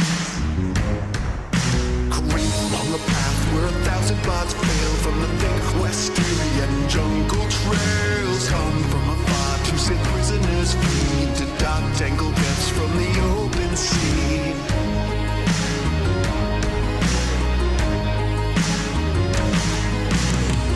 Swords and dragons' bones scattered all the way back home, beating to the sound of flashing steel. When the roller heals down, shut the tales and legends talk, strengthened by the hymns of old. Weathered out this fighting from his throne, so we sing a tremendous song.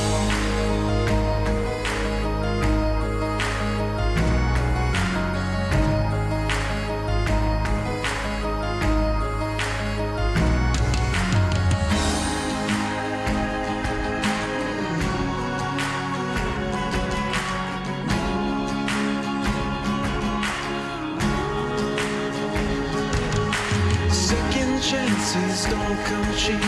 So keep alert and on your feet. An ancient spirit song will heal our wounds. Unabashed by our defeat, spot the bloodstains on these cobble streets. A message to the gods to see us through. Ever heard yet rarely sung? So raise your voice and praise the sun. Call a new rebirth to keep us strong. Countless souls along the path, lost to fiends and lives of wrath, will return to play our final song.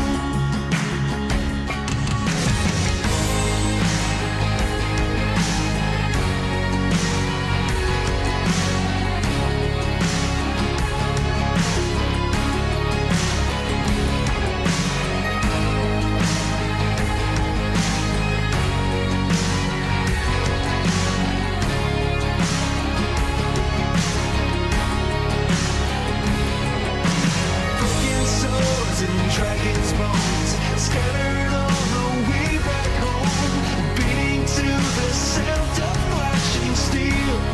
In the road our heels sound, shattered tales and legends told, strengthened by the hymns of old. Weathered out this fighting for his throne, so we sing a triumphant song.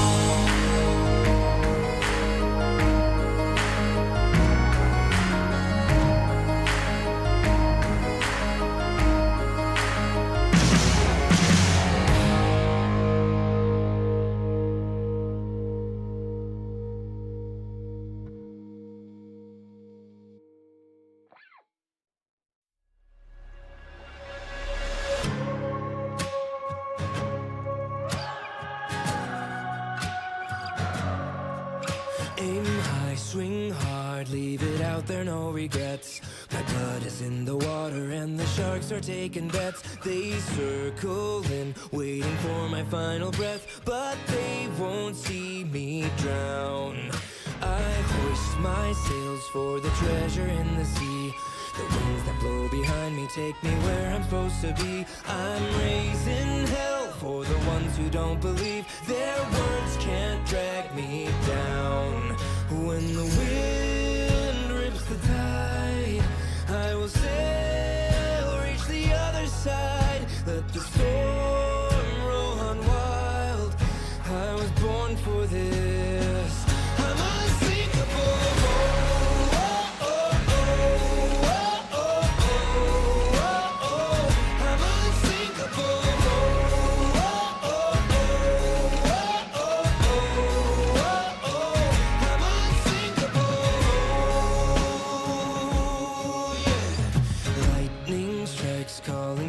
From the deep, the thunder's throwing punches, trying to knock me off my feet. But I won't bow when their shadows cover me. My course is carved in stone.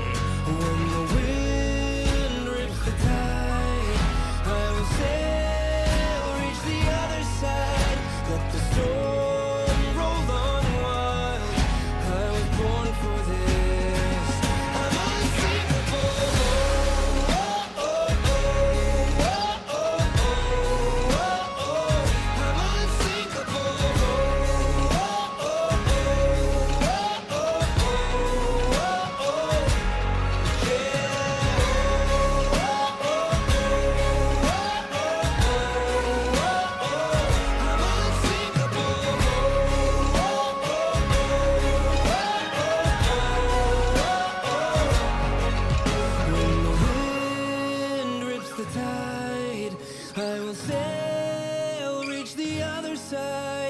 The storm rolled on wild. I was born for this.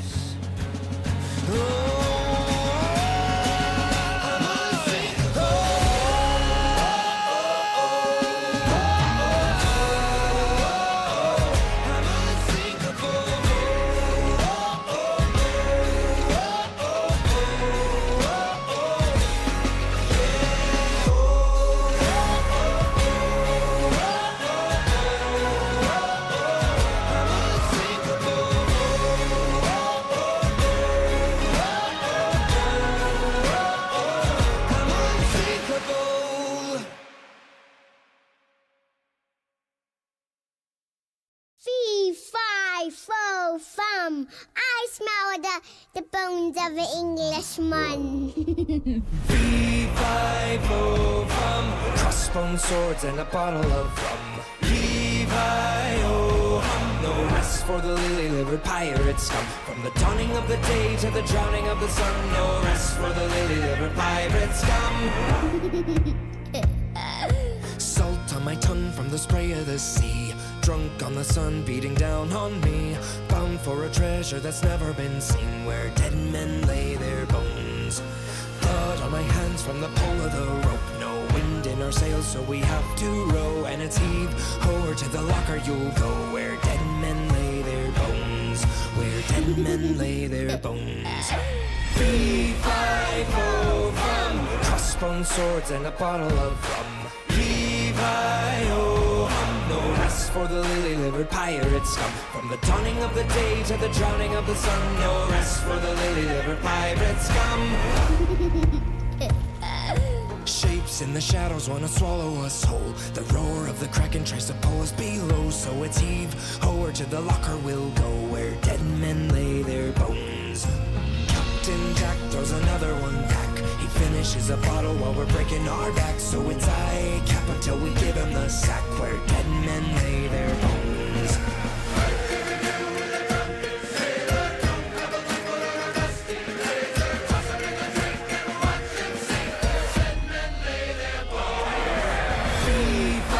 Levi-o-hum, crossbone swords and a bottle of rum. Levi-o-hum, no rest for the lily-livered pirate scum. From the dawning of the day to the drowning of the sun, no rest for the lily-livered pirate scum. Way, hey, and up he rises. Way, hey, and up he rises. Way, hey, and up he rises.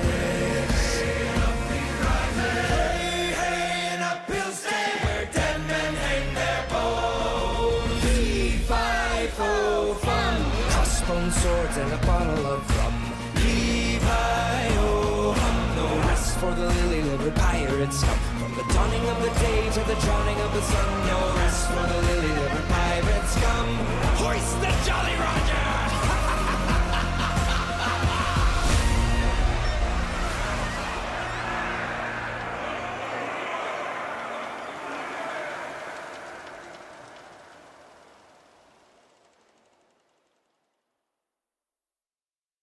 Oh, we'd be all right if the wind was in our sails. We'd be all right if the wind was in our sails. We'd be all right if the wind was in our sails. And we'll all hang on behind, and we'll roll the old chariot along. We'll roll the old chariot along. We'll roll the old chariot along, and we'll all hang on behind. Oh, we'd be all right if the northern water's clear. We'd be all right if the northern water's clear. We'd be all right if the northern water's clear, and we'll all hang on behind, and we'll roll the old chariot along. We'll roll the old chariot along. We'll roll the old chariot along, and we'll all hang on behind. Well, a dry sock below wouldn't do us any harm. Well, a dry sock below wouldn't do us any harm. Well, a dry sock below wouldn't do us any harm, and we'll all hang on behind, and we'll roll the old chariot along. We'll roll the old chariot along. We'll roll the old chariot along, and we'll all hang on behind. Well, a leave for the shore wouldn't do us any harm.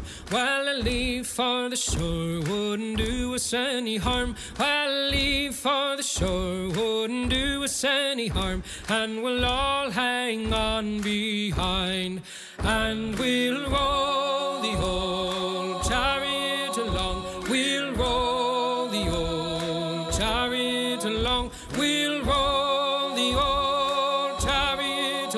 and we'll all hang on behind. Well, a pint of black stuff wouldn't do us any harm. Well, a pint of black stuff wouldn't do us any harm. Well, a pint of black stuff wouldn't do us any harm. And we'll all hang on behind.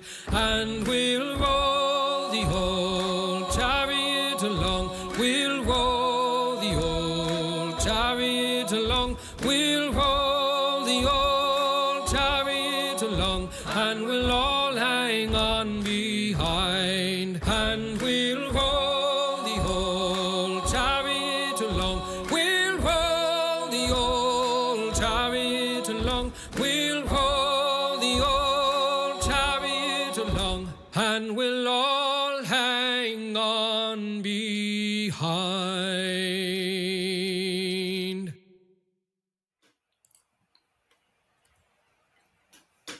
Welcome back, everyone. Okay. We've returned. Yes, we have. Yes, we have. Time for more mayhem. Oh, All right, so let me get the music going. So we are on the ocean. We're headed towards what do you call it? The mainland right now. Specific the port of Selsmeyer. And I assume that at least one of you guys is like at the rails at some point of the day, looking out across the sea, right? Absolutely. 600 men. I love the dude. Okay, really quick. Have you heard the newest saga that came out? What was it? The Wisdom Saga. I haven't heard the Wisdom Saga Oh, yet. you gotta hear Oh, that saga, man. It's so not on Spotify amazing. yet. It's so good. Oh, it is on Spotify. It's on Spotify and iTunes. I prefer iTunes because the way I see it, instead of paying money every month to listen to music, which can get very expensive, especially with the price, I'd rather just buy the songs once on iTunes and I can listen to it as many times as I want, anywhere, anytime. You know, there's this wonderful thing called just listen with ads. Yeah, I'd rather just listen to as many times as I want without having to worry about ads. Again, the ads don't show. Well, the ads used to not show up that often. I have it because they went from one ad to like 7 ads for every one song. Mm-hmm. But derailment because I started singing. All right, so. That's annoying. So is everyone looking over the edge at one point or another, or is it just Troxel? yep. Yeah, much, it's yep. everyone.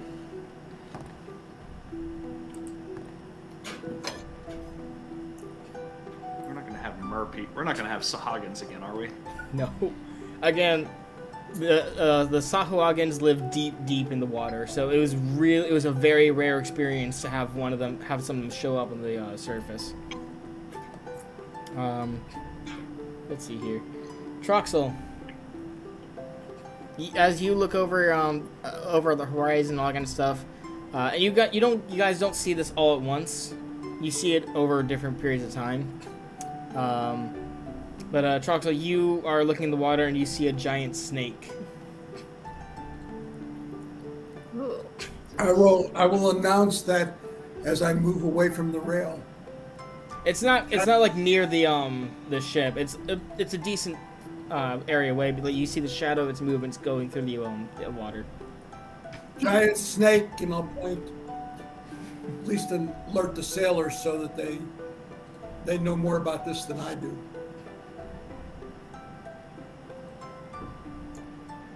That's it, I guess. Yeah, you see some of the passengers get a little bit nervous, and you see most of the some of the sailors are like, giant snake. We have to deal with Birthday cake. Well, you see the captain and a couple of the senior sailors going like, "Oh yeah, that's old Bessie. Don't worry about her."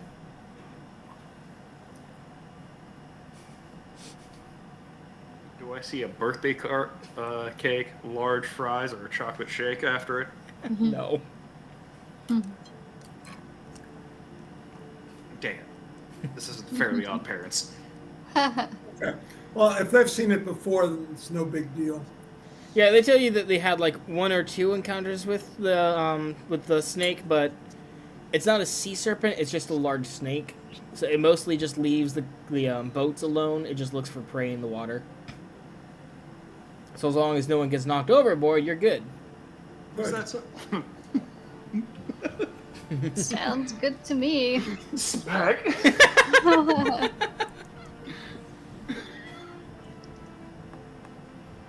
I don't know Lorsan. what happened to him. He just kind of jumped in. Hold on a second, let me look this up real quick.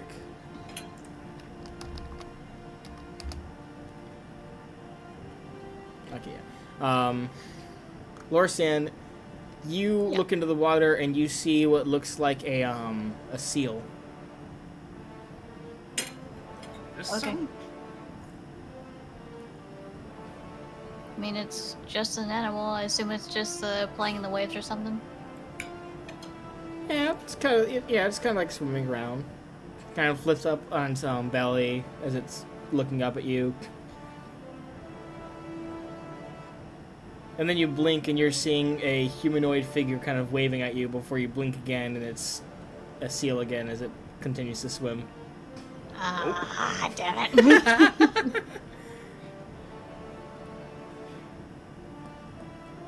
It's probably a fae or some sort of other creature. It's a selkie.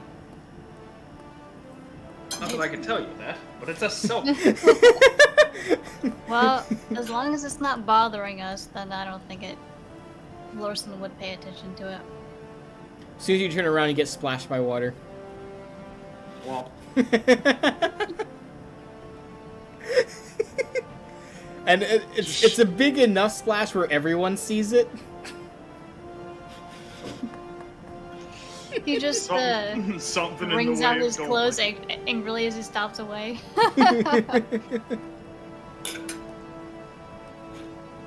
And Grimshaw, you. see the worst of it all. Roll me an intelligence check. Oh, good. That's actually true. Grimshaw actually sees the worst thing.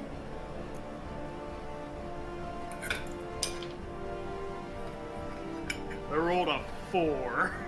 Oh, You just noticed the dolphins. Thank God.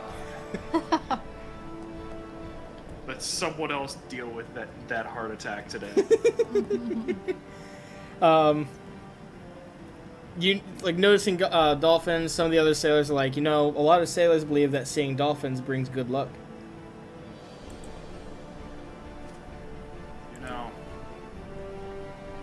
Don't dolphins always follow boats anyway? Not all the time.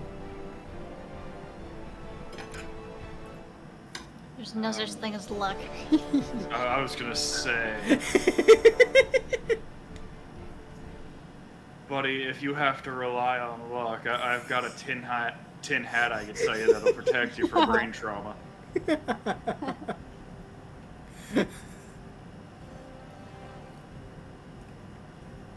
We can test it out in the back if you want. All right, you guys eventually get to a couple days pass. Oh wait, hold on. I forget if you wanted to talk to the buddy or if you wanted to talk to. Oh shoot, what's her name again?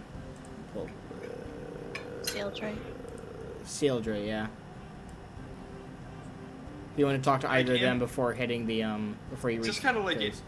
in passing, small talk and stuff like that, just making sure they're okay as the ship goes on, because Grimshaw does not like sailing very much, and he's just trying to keep his mind off the fact that he's going clinically insane on the boat.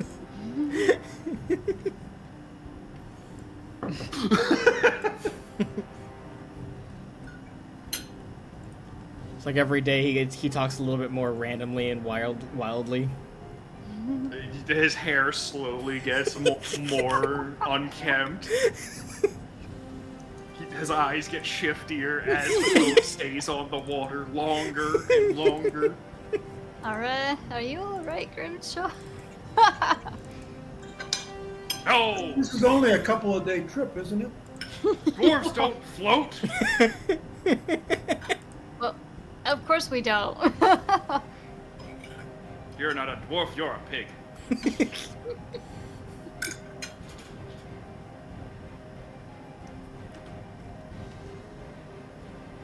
Troxel, I will say this: when he said "you're not a dwarf, you're a pig," you'll notice you notice that a couple of people kind of like look at each other and look at Grimshot in the sense of like, no one was gonna say it, but they were all thinking the same thing, like having that kind of like, oh, we have a half-orc on board, okay.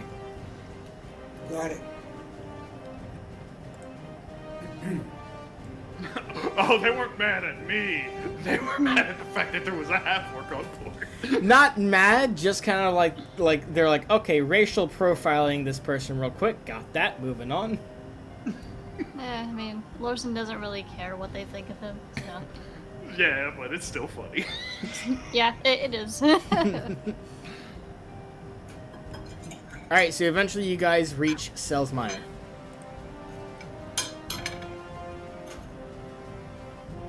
Thank God, land. Right off the bat, you can see two large structures by the coast.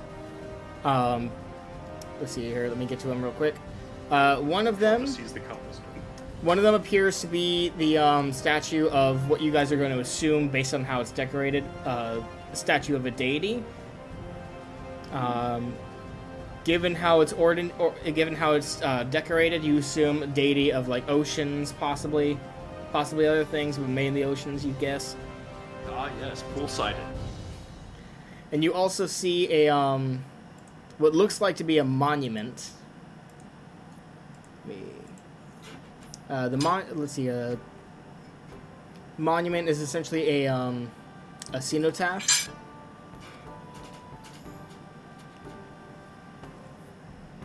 All those who died of ligma. Those poor unfortunate souls. And you guys arrive at the docks, and they start allowing people to head off. Though you will notice that there's a counter where people are supposed to like check in and all that kind of stuff before they move into the actual town. It's the IRS. After me, Lucky Charms. So the captain goes first. He talks to the person, gives them some coin, and then moves on. Who's going to be first in line, by the way? I will. All right, Troxel. They ask you for your name. I tell them, Troxel Candle. And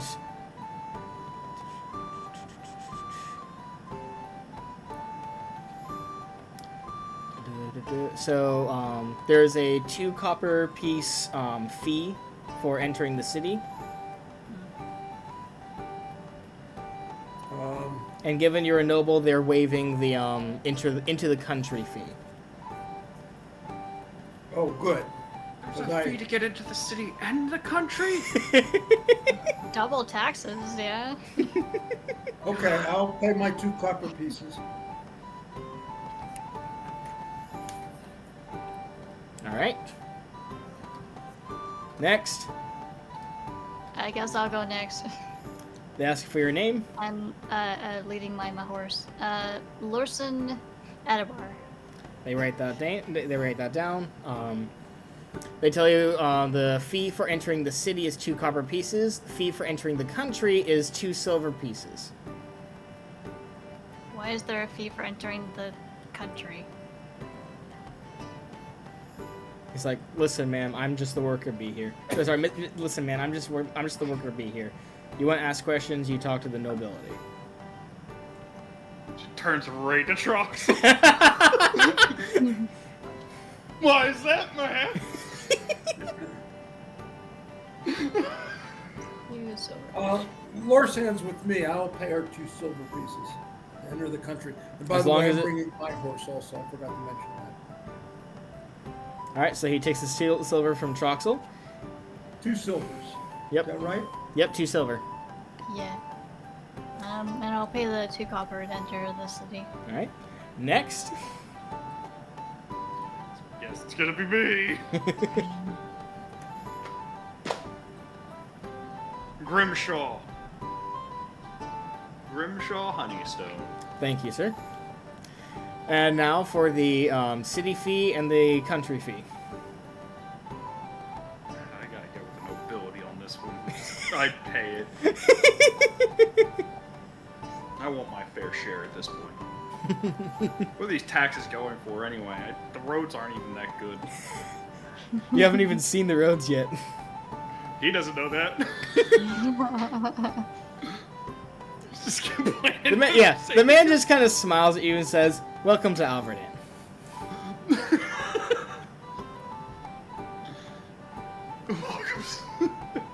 Fantastic. Move down the line. Buddy makes his fees with no problem at all. Moves on. Have a Disney day. You see Cieldre just sitting there going, like, looking at you, going like, Yeah. I'll dumps pay the hers coin too. down. Gives her name. See, as he's writing his name, he like moves paper, check real quick, notices something, looks up, and the nobility who was there with you guys, just kind of like, it's fine. Here's the paperwork. Takes the paperwork. He's like, thank you. Looks over it real quick. And he's like, all right. Makes a stamp, and then he's like, welcome to Alfred. Everything went almost as planned. Congratulations, you're in Alverdan now. You can explore all you want. Yay! Fantastic. Fantastic. Well, we need I'm to good. find out where Costello might be. I guess. Well, Abbott and Costello is going to probably be close to the Mage Lake Isle, because that was one of the places that he said he'd be. But Okay. personally, we need to get set up in Nuxvar, which is past the Mage Lake Isle ideally, but having a full entourage as we have would probably be a little bit suspicious coming up to the Mage Lake Isles, at least with like 4 or 5 people. Considering at least one of them's no nobility. I'm sorry, where are the Mage Lake Isles? Is that off the coast of Alverdan or is it in Alverdan? That's in Alverdan. It's right under Gilbert. Oh, it is. Okay, If just you let have, me. if you have the map open. I have the A map. little tower icon. Nuxvar is probably the Okay, 5-day travel. Okay, so Troxel Candle will know what this isle is, since, and he'll tell you this, it's a floating island. What? Yeah. It's an island that is floating in the sky.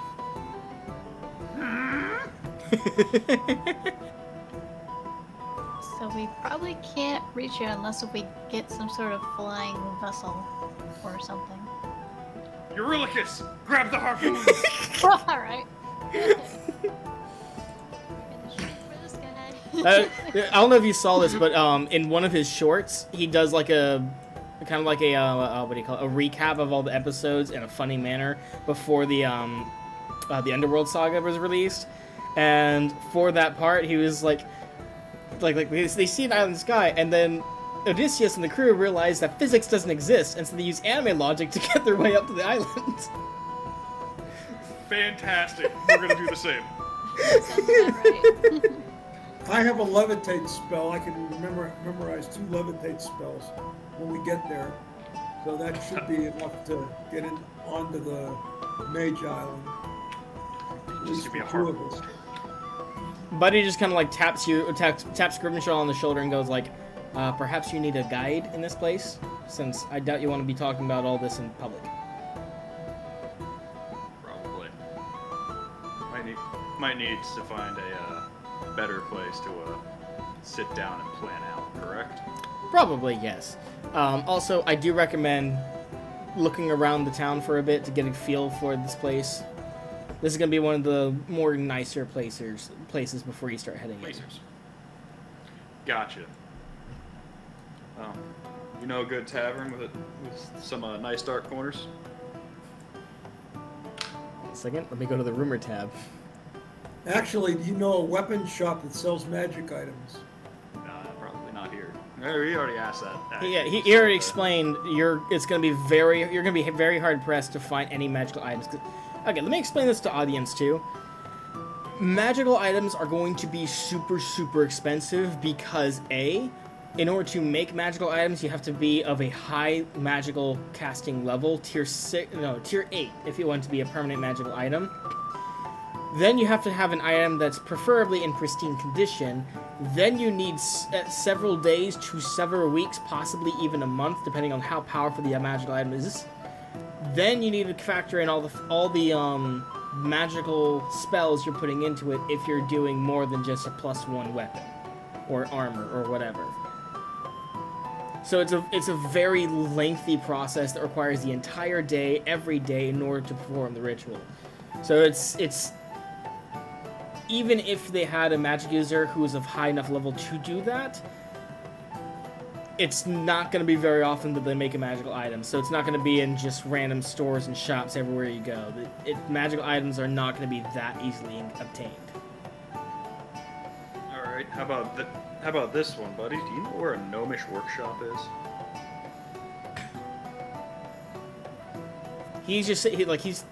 Let me roll for him before that, actually. He does not know that. He suggests that they speak with one of the Thieves Guild members in town to see if they know. And he's whispering that part to you since he doesn't want Troxel to hear that. Yeah. Alright. Can you get in contact with him? Like I'll just be like, get in contact with him when we meet at we'll meet at one of the taverns. Just get one of the guys to come up to talk. Tell me which one.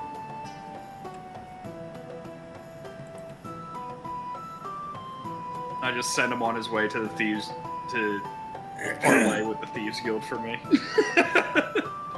1 second. The undercodedness of this whole group.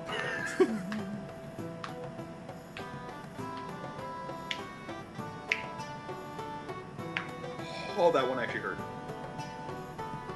Yep, I got arthritis in my middle finger.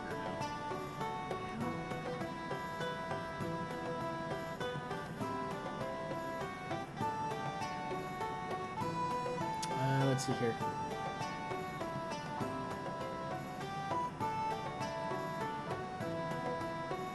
I'm trying to figure out which tavern he's going to recommend to you guys. Also, do you have a map of Selsmeyer, or is it just kind of like?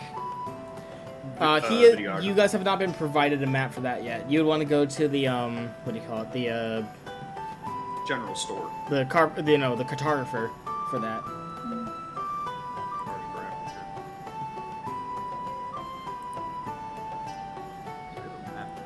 This place is nice. I can deal with this.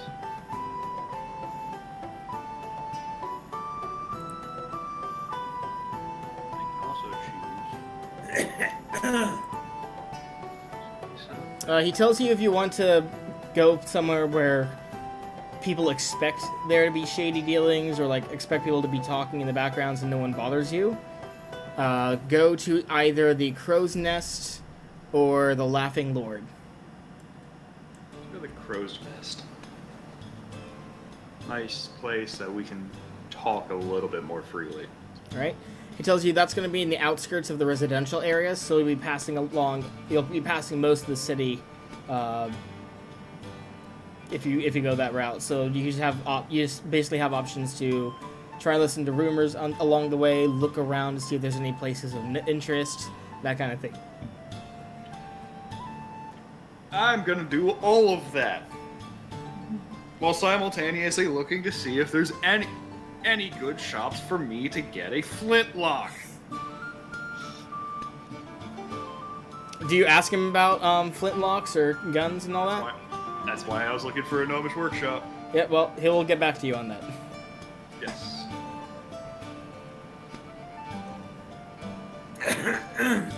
So what do you guys want to what are you focusing on, and what is like on the back burner? Are you focusing on what buildings are in the area, or are you focusing on listening for rumors and gossip? I'm gonna focus on listening for rumors and gossip, just because right now the buildings aren't importante. We need I'm every. looking at the architecture. So Trux is looking at the building. Lorsan, what about you? Well, he's probably going to be looking at places of interest, so the architecture. All right, so Grimshaw, you're basically going out of the way of the group. Cieldre's noticing that you're going off by yourself, so she's gonna she's kind of sticking with the group for now. So let's focus on the buildings first. Let's see, Harbor District. You're gonna be cutting through the market, then into the residential areas. All right, so I'm gonna go over the list of the buildings that stand out to you. Let's see here. So you notice a couple of taverns. There's going to be a lot of taverns because every tavern can hold about 25 people, and this is a large town, so a lot of people to satisfy. You see a lot of taverns, and I'm going to point out the taverns of note, and based on like how many people are in the area, or if it looks more impressive or stands out in a negative way, that kind of stuff. So there's the Howling Griffin Tavern. You note that there's 2 or 3 inns. You spot what looks like the Merchants Guild Hall. You see the Customs Building. Moving into the Market District, you see what looks like to be a bank. You see a clinic. You see the general store. There's stalls for just about everything. Reach the town square and keep moving through. You see. I'm gonna make a quick stop at the general store and buy a cloak because I lost my cloak. This cloak got bandit. stolen by a bandit. If you want a more Nah. if you want a more noble like cloak, you'll want to go somewhere that's not a general store. If you're just looking for any old cloak, you'll just go to the general store.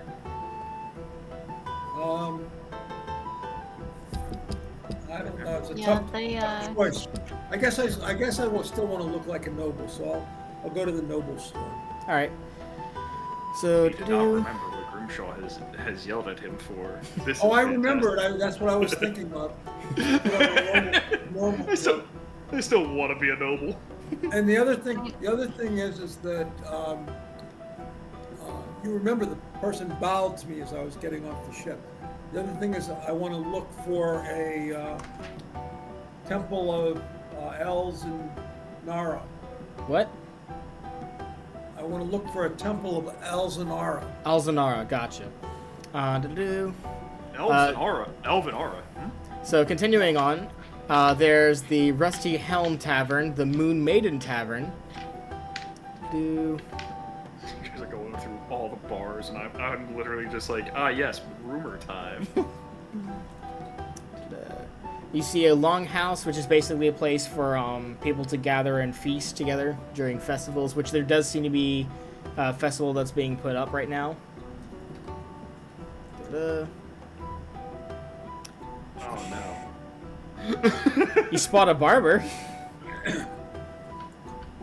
Grimshaw needs to rekempt his hair. There's an aviary. There's an exchange shop. You see a pawn shop.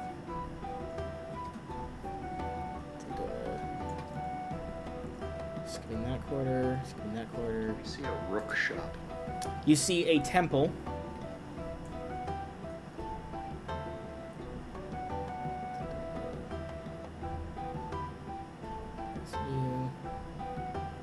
You see the sign for the Laughing Lord.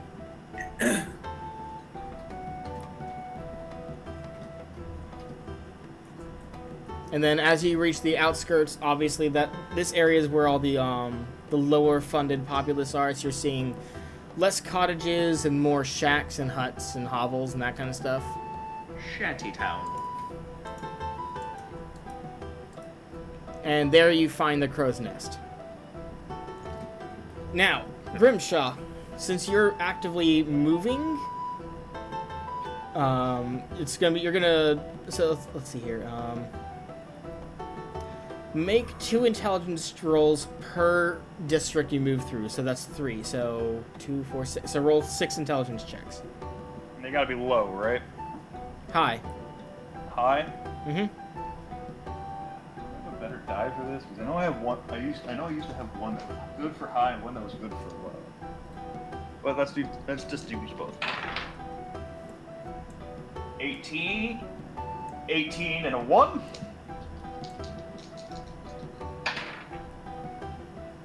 4 and an 8. 7 and 15. So you essentially heard 2 rumors successfully. Fantastic. Still better than not hearing anything. So here's the first rumor you hear. Someone's talking about a combatant from the fighting pit, talking about how the Brute's sponsor is treating the Brute almost like a slave. That's rumor number 1.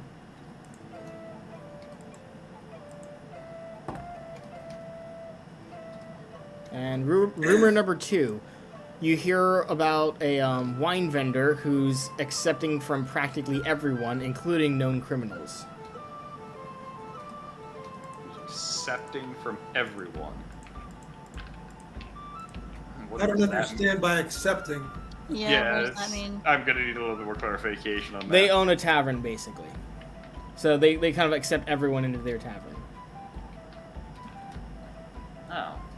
So a fence. Well. Again, these are Yeah, just well- rumors. There's no way to confirm or deny it right, or confirm or disprove it right now.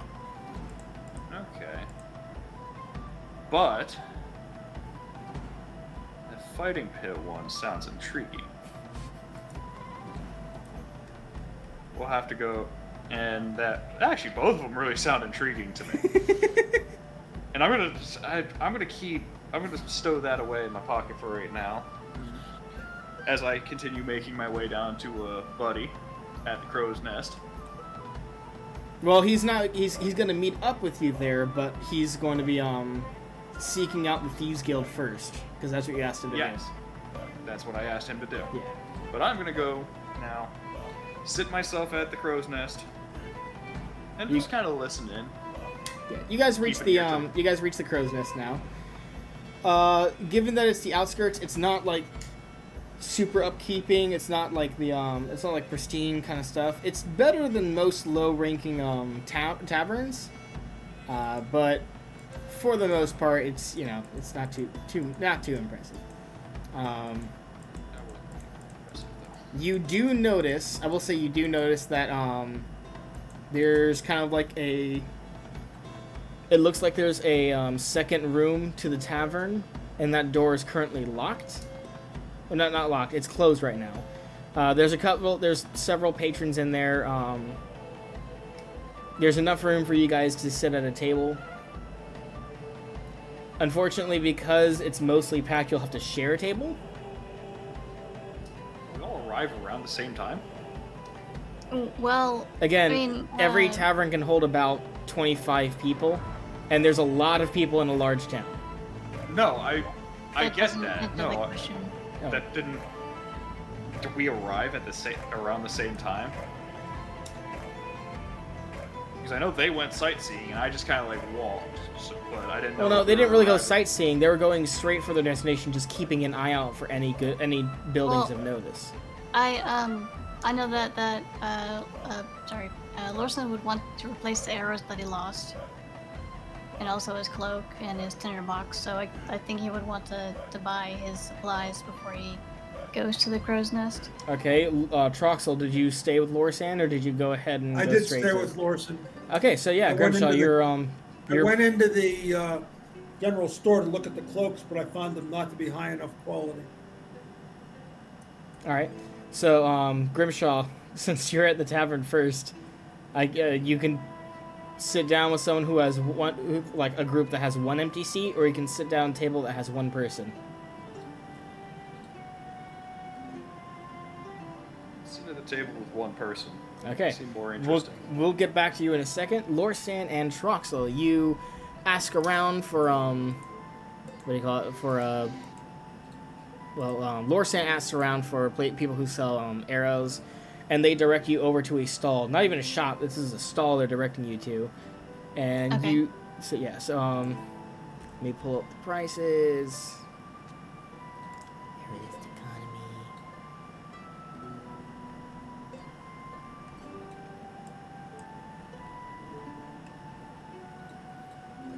All right, so it's five copper pieces for every individual arrow, 5 silver pieces for a for about, what do you call it, dozen arrows, and then 9 silver pieces for a score of arrows. I'll just buy 12 arrows. So, Alright, so I'll 5 give silver them the pieces. 5 silver. Yeah. Yeah, thank you for your business, and hope you have a great day. You too. Do you not know how to bargain? I'm sorry, how much do those arrows cost? 5 silver 5 for silver for 12 fi- arrows. Yeah, for 12 of them. Okay.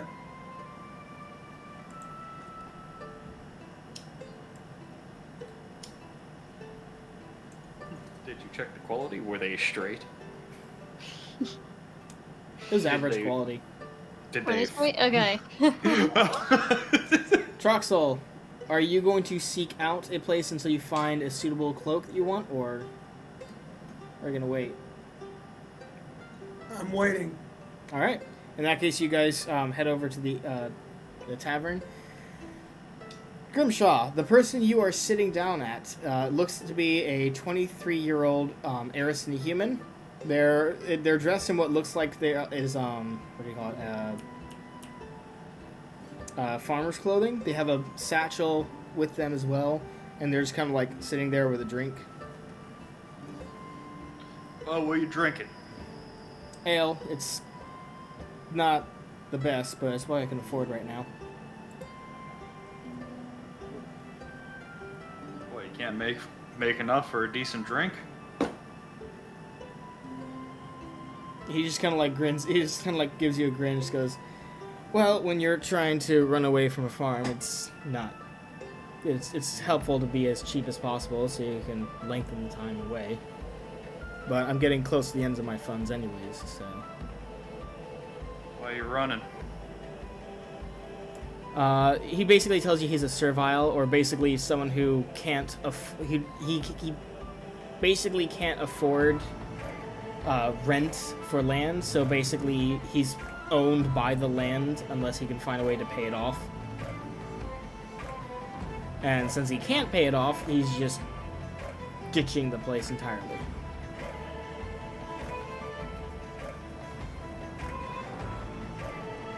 How much do you owe on the land? He's like, it's a matter of court matters, but I would assume, if I had to guess, somewhere around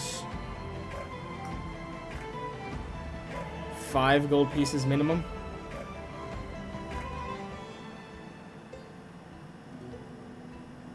We can get that money, save your land. Would you work for me?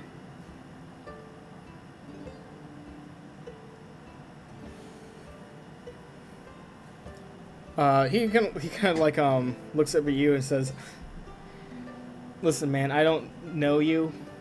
I don't know you at all, and really, I don't want to be tied to that land in any manner, whether it's owning, renting, or being part of it. I'd rather just leave and go somewhere else." Well, what's wrong with the land? It's like, nothing's wrong with the land. I just don't want to be a farmer. That's not the kind of life I want to live. Then what's the life you want to live? He says he wants to be an adventurer. And when I say adventurer, I'm not saying mercenary. I'm saying he wants to go exploring new places, going adventuring, that kind of thing. Hold on a second, I have more information. Just give me 1 second. You want to see the world. You want to see the world for what it's worth. Delve into dungeons. Get the loot. He wasn't thinking dungeons, I but can show you the world. I can show you the door. It's right over there. Get out. Don't you wanna get away from the... Oh. Don't let it hit you in the ass when you go walking. There's so many out. songs that could work in this. I'm sorry. Why are you apologizing? That was fun. Back to the rails. What rails? You broke them. I did, didn't I? I break them at every moment I can call. I'm just gonna change it to my last name to Rail Destroyer. So, you do want to go adventuring. You want to see the world. Hello. Kitty! Can I help you?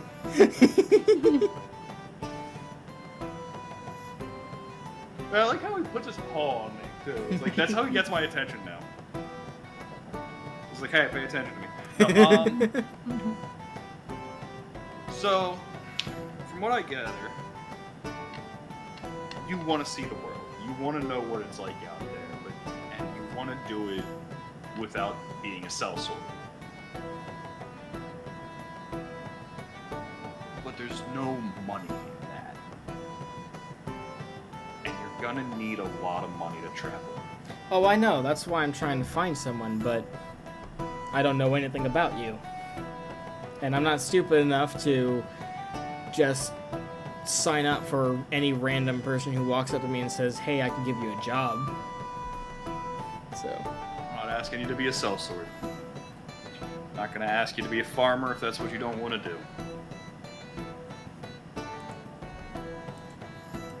And what is it you want me to do? Information. I don't think I'd be the best person for that since I don't want to stay in one place for too long. Ah, but that's where you're wrong. You see, there's two types of people you need for information. You need the broker, and you need the gatherer. Broker comes into town, sets up shop. Gatherer goes to any other town he has without he wants to. Any village, shire, city. Gathers any rumor he hears during the time he's out there, anything that could be of value, and gives it to the broker. It's at this point that Lorsan and Troxel enter the tavern. And we're gonna have to put a pin in that for right now. What? Why? Well, one of them's a rather important individual that I'd rather not deal with. Troxel and Lorsan, you see that Grimshaw is seated with another person. A human! You should be stunned! Troxel, you alright? Tom? You do be lagging. He's not lagging, it looks like he fell Tired. asleep. He might be tired. He might be, yeah. Hi. You okay? You okay? You awake? Yep. Yeah. Fantastic. So you and Lorsan walk into the tavern and notice Grimshaw sitting with a human. And not yelling at them slurs. I guess we'll go up and sit down at the table with them. Alright. Explain that we didn't hear any rumors. Found one general store shop, in case you're interested later. I should be good on the general store unless I need some hardtack for the road. But think I ever got your name, kid? He says that his name is Liam.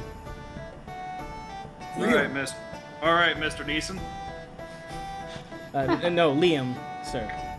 So what's he interested in? What were you guys talking about? Gets interested Well, I'm in trying seeing to- the world. Yeah, I'm trying to see the world, and he was offering me a job, but I was telling him I don't really trust people that I What's just he met doing? for. Well, he wants me to be an informant. He said, or And that is where you just lost it. lost what? What are you talking about? You lost your chance, kid. How does my You generally don't speak about being informant if that's your intention to be. That's the job that you're being hired for. he's like, well, he's trying to hire me, and it looks like you two are with him, so that's. Are you not with him? I give you a He's warning, part of but I our didn't. group, but he's not.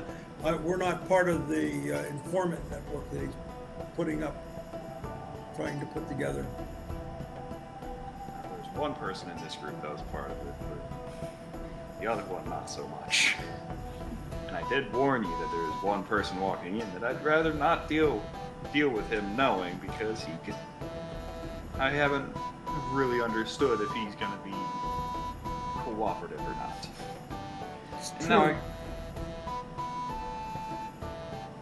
now, that whole thing's out the window, because now I have to talk to him about it. It's like, well, fantastic. Sorry to waste your time. Chugs the rest of his ale, stands up, and starts to walk out the door. Grab his arm. We'll talk later. Keep in touch. So you guys are now I by just- yourselves. Oh, that was a wasted effort. Anyway, I need a drink. So what's the plan for tomorrow? That is a good question. Next question. Well, are we leaving Sizemore tomorrow or not? Selsmeyer. Selsmeyer tomorrow. Well, there's a The couple. road, from what I understand, the road is direct, passes the Mage Tower. On the Well, way to again, the you're looking at capital. the overarching country map. You're not looking at the region map. You want to look at one of the maps at the cartographer's place to get an idea of where you want to go. Well, I assumed that we would be going in the correct direction. We could get direction from locals as we move. You could do that too. It would be less informative, but you could do that. Ideally, we'd want to run based on the map that my friend has given me. Probably going to want to go to the Lunaris, then Isgarth, then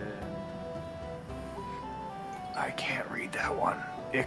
Ikragorn, Ilragorn. I don't know.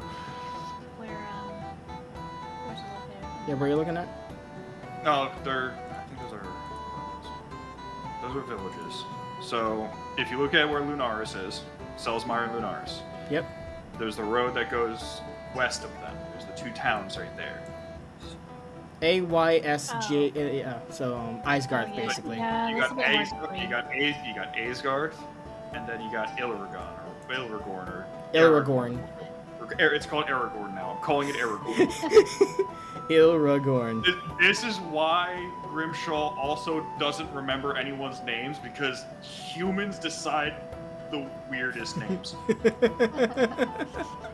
That they do. Humans are like, well, you make weird names too, so. Who uses an X in their name in the naming of a city? Who uses a Y in the naming of a city?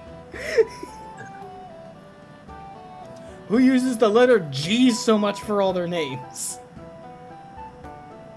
I have Lots a of letter people. G, but it doesn't have to make a sound that doesn't make sense. What is the Y doing in Asgarth?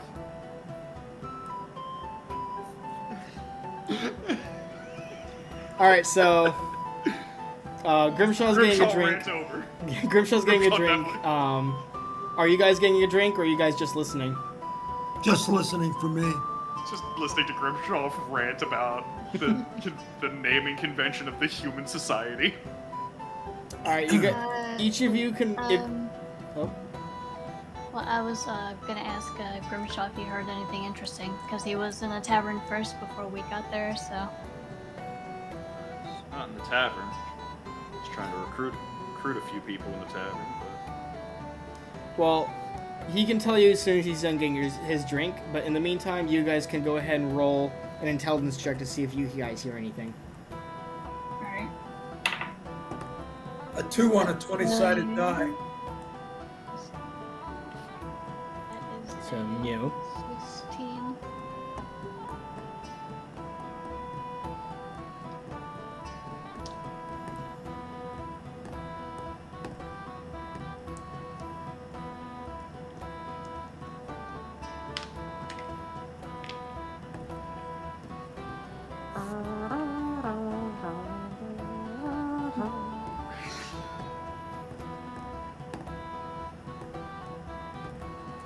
These things that look like bridges on the map, I take it they're just fords with something or what?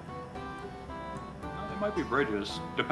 Judging by how big some of these rivers actually look, they need to be bridges. Yeah, they kind of look like bridges to me.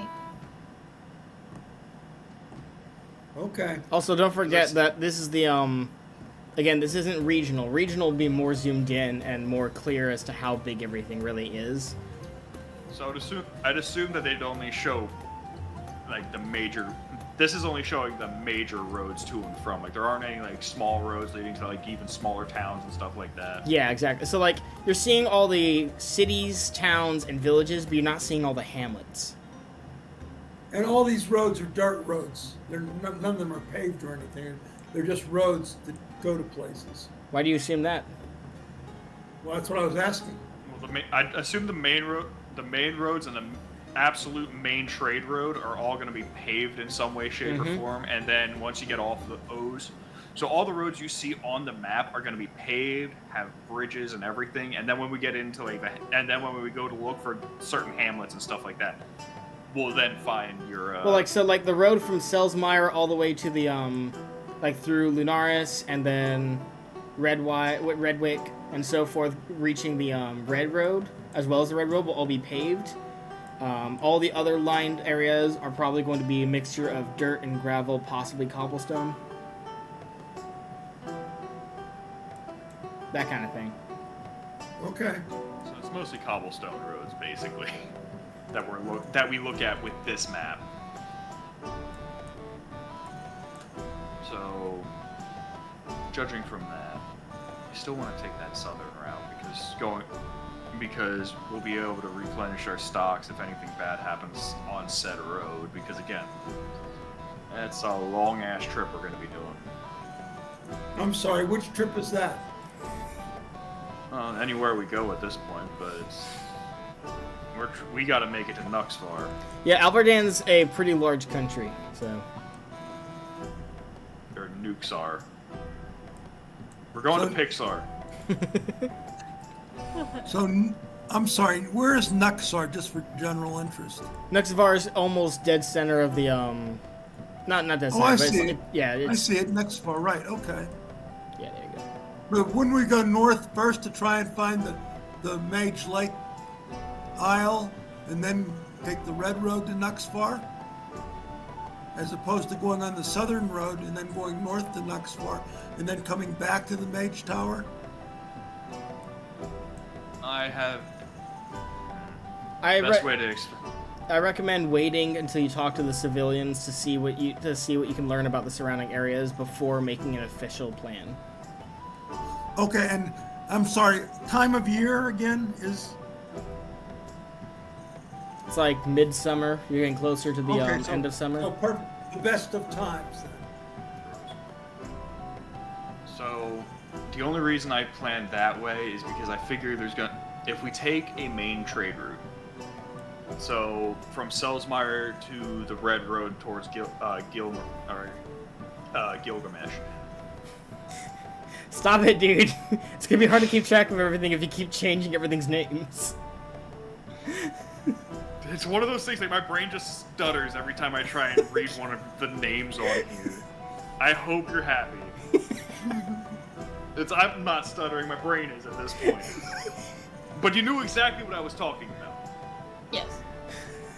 But if we take that road up, that's a main trade road. There's going to be bandits on it. At least if we go down the south route, there's still going to be bandits, but there's not going to be nearly as well organized. You'd be going away from the main area where everyone assumes the wizard would be. Yes. We'd make our way around and then walk back. Because nobody wants to. That's not bad because it's only an extra 30 miles or something. An extra day of travel, maybe an extra day and a half of travel. Yeah. Plus, I want to make basically our home base for the period of time that we're in Alverdan, Nuxvar. We're centralized. We're in a very key point. A lot of rumors are going to come in and out of there. That's a good point. So I want to get set up there before we make any major plans. Bless you. Bless you. Thank you. Lorsan, what did you roll for the intelligence check way back when? That's 16. 16? Okay. So, while he was getting his drink, you did hear a rumor. Okay. Fantastic.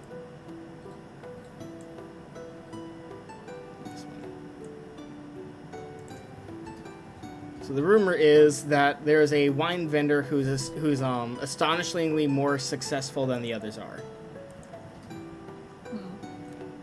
Okay.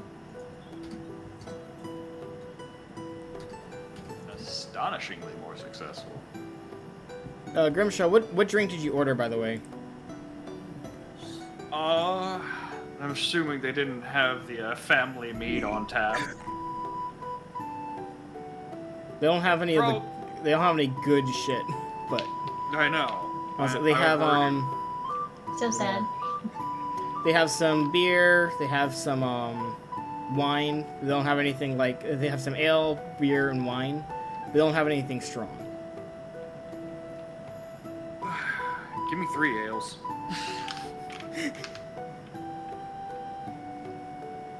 All right, so that'll be 3 copper pieces. 4 down. Be like, there's probably. If you put 6 down, he's like, I'm probably coming up for seconds. Bartender probably just looks at him like, what the.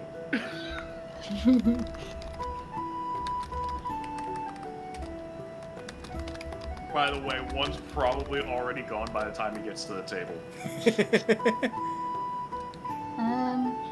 I imagine Lorton is just drinking whatever is in his pouch at the time. Cheap rule. Yeah, you kind of watch you watch Lorsan just pull out their drink and start consuming it. It comes out like week-old warm milk, just clumps. No, actually, based on the liquid trickling down his cheek, it looks like red wine. Red wine. All right, now that I've derailed on every occasion. So what were we talking about? What we're gonna do tomorrow? Oh, we have 2 choices. We can stay in town for a few days, get our bearings here, or we could try and move towards a more centralized location in the country with little to no information at all, and hope to God we're doing the right thing. Well, I just heard a rumor about a wine vendor who's very successful. I heard something similar. We might want to go check them out. I also heard about a pit group that's been rather heavily handed. His handler's been very heavy-handed with him recently. I want to go check him out too. Yeah. How about you, Trogdor? What do you think? I I'm ambivalent to all of those things. By the way, how long do you guys want to wait for Buddy to return? I'll wait for Buddy to return because I know he's coming to the tavern. All right, cool. So that's Where's 3 hours. the- So Fielder at this time. Is she just sitting? Yeah, did she? Drinking wine or whatever? yeah, where did she go? That is a she went with them to look She at went with the. us, and she came into the tavern with us. Yeah. No, assume she that didn't. came into Oh, she didn't? No, she didn't. She just disappeared. I will say she's arriving now, and she's looking around, looking at you guys, and she's like, "There you are." Where have You you see been? that she was in a kind of like a mini state of panic, and you can see the relief coming off her when she sees you guys.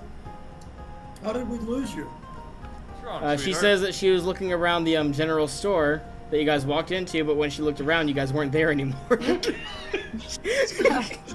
out like we left the child there. Fantastic. Well, you know, she's a pretty smart gal, so she managed to She's find only us smart again. because of the freaking what do you call it? The tween that's attached to her. And she literally what happened was she looked around, she's like, "Where'd they go?" And he's like, "Oh, they walked out on you." He's like, oh, by the way, the people who are trying to help us. No, help you. Also- Remember, she said she wanted a way to get rid of this thing, and he doesn't want that, so or it doesn't want it. Regardless, she's here now. She sits down. I walk over to the tavern keeper and ask if there's a temple to Azamara. Azamara, yeah. Alzamara. Alzamara in town. The man just kind of looks at you, looks at your garb, and says, "No, there is none. Okay. There Thank you. is a shrine, a decent ways away up near the area around Briar Glen, but there's none down here." Briar Glen. Mm-hmm. North. Oh, wow. Miles. No, that's substantially north, yeah. And by shrine, do you mean that it's an unoccupied shrine or just a shrine that's made on the road for travel that people can pray to It's Alzamara? off the beaten road, but there are pilgrims who go there, so it's decently traveled, and the rangers usually try to keep that area cleared. Are there clerics to Alzamara there? I wouldn't know. Okay. I'm not a magic user. What do I look like? I cast spells with beer? The only reason he's being polite to Troxel is because he's a noble. Like, that's it. Fantastic. Dude, if I was the bartender and I knew you were a noble, I would be giving you so much lip. This guy is a saint. This barkeeper is a saint among humans. Okay. More like he just, doesn't want to lose his neck. They're just. So, 3 hours, so that means you all can roll 6 intelligence checks to try and hear rumors. Let's go!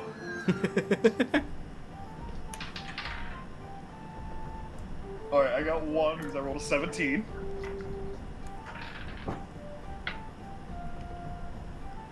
I 14 got a get. natural 20. Oh, nice. 17, 14, 19. I got 2 more rolls. One natural 20, every other one roll is below 10.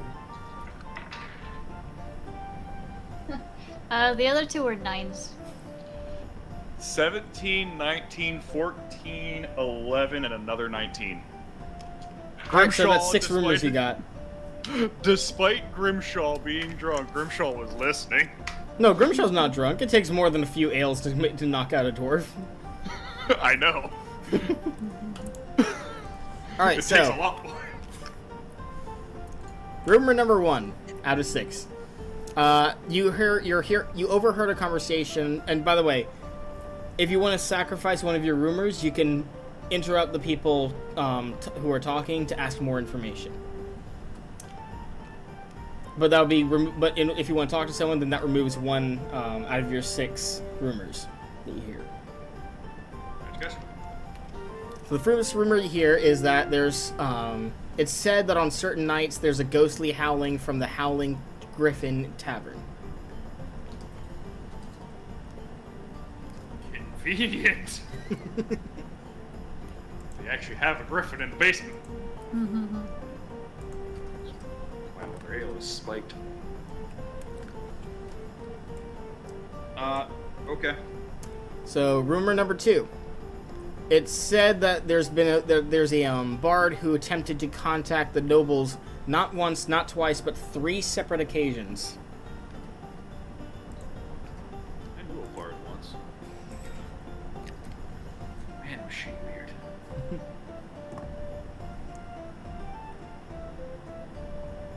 gonna ask why. Another rumor is that they saw someone earlier who looked like a farmer that seemed to be talking to a local thief.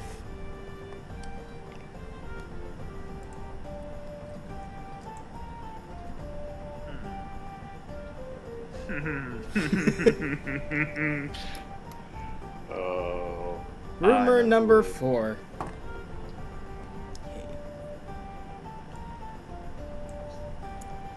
This rumor says that the temple isn't as peaceful as everyone says it is, or at least it doesn't seem to be, because the priests have been doing a lot of rituals and rites lately.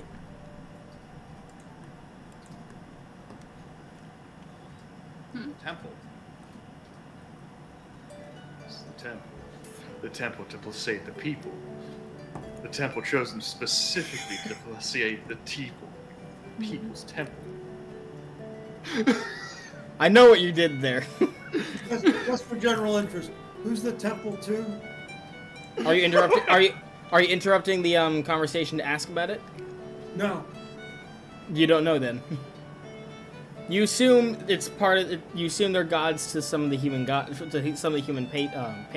But last rumor that you hear, they say that Valthor, the magic user, is manipulating events in his favor with his foul magic. Fence, we say. Balthor's new to us. That's a new name? Local name, yes. That is a local name, and by the way, he's manipulating events, which means he's gambling. There's a gambling ring here. And I'm not a part of it. That's all the rumors you guys hear from this tavern.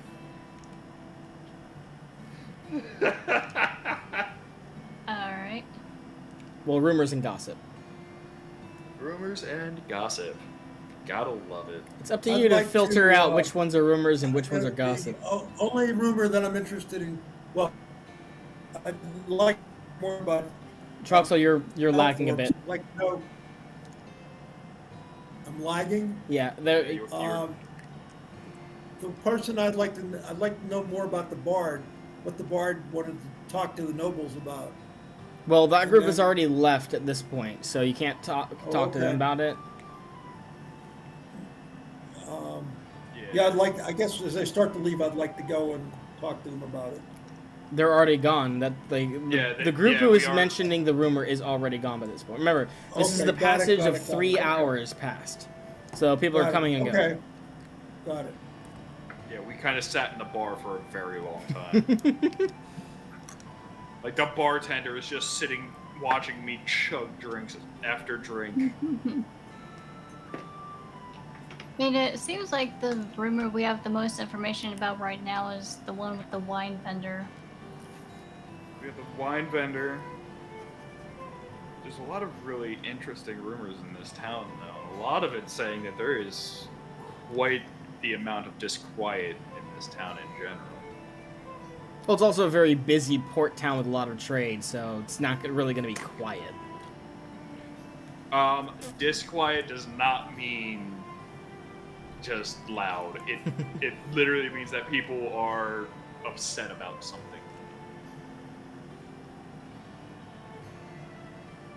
The one with the temple seems interesting too. Between the Hey, look, Buddy's between the here. book- Buddy! I'm not actually gonna scream out his out. And I'm telling you that right now. That is just me metagame screaming his name because it makes me happy every time. What did you send him out to do again? Parlay with the Thieves Guild. Well, like, to find out what? Like, what did you want him to find out again?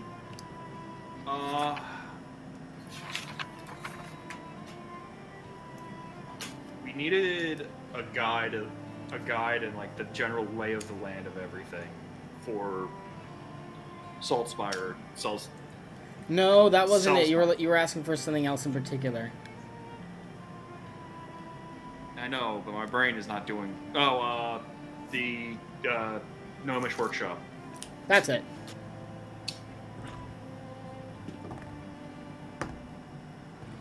Yeah, that's better. So they tell you that there's been rumors of a gnome who set up shop in Wolfwater. But Wolfwater. that's as far as they know. Wolfwater. Let's play the game of find it on the map. It's both in the Troxel, middle both of the giant Troxel lake. and Buddy immediately pointed out on the maps. Your character doesn't search for it. My character doesn't, but I do. It's gonna be so. Look at the lake on the west I side. see it. I found it. Okay. So that is a hike and a half. Yep, that is. We're gonna finish some business up over here, and then we're gonna make our way to Wolfwater because Daddy Grimshaw needs his hand cannon. So there are guns in this. You personally have not heard of them, but like Okay. yeah, you know that people who so they do exist. They're just very, very rare because A, they're new technology, so not the best equipment, and B, they are known to A, jam, and then B, backfire sometimes, depending on how low you roll. So most people don't trust the equipment, especially since it was made by gnomes who tend to blow shit up a lot. But yeah, It's the perfect gnomish invention. Blow shit up. Dude, fire an arrow. It's like using the Well, yes, but the jargon. question is, do you want to blow up your enemy or yourself? Because that's the whole point of, like, hey, this is what gnomes are known for. At any rate. But they gave us cigars, so I can't really complain about it.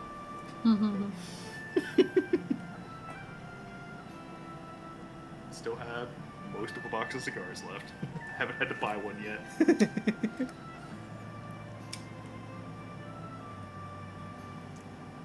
At any rate, he looks at you and says, at any rate, I've met with our friends, and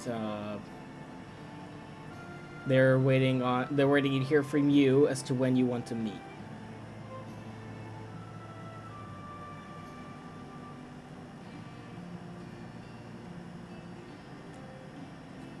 Let's say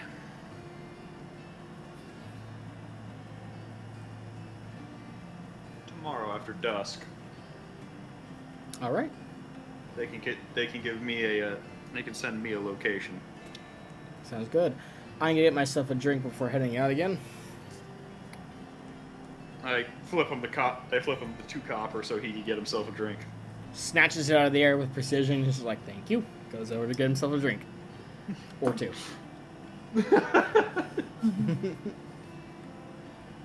Pays to work for Grimshaw. He decides to go he gets 2 he decides to Pull interesting. Gets a mug of ale and a mug of beer. Fantastic.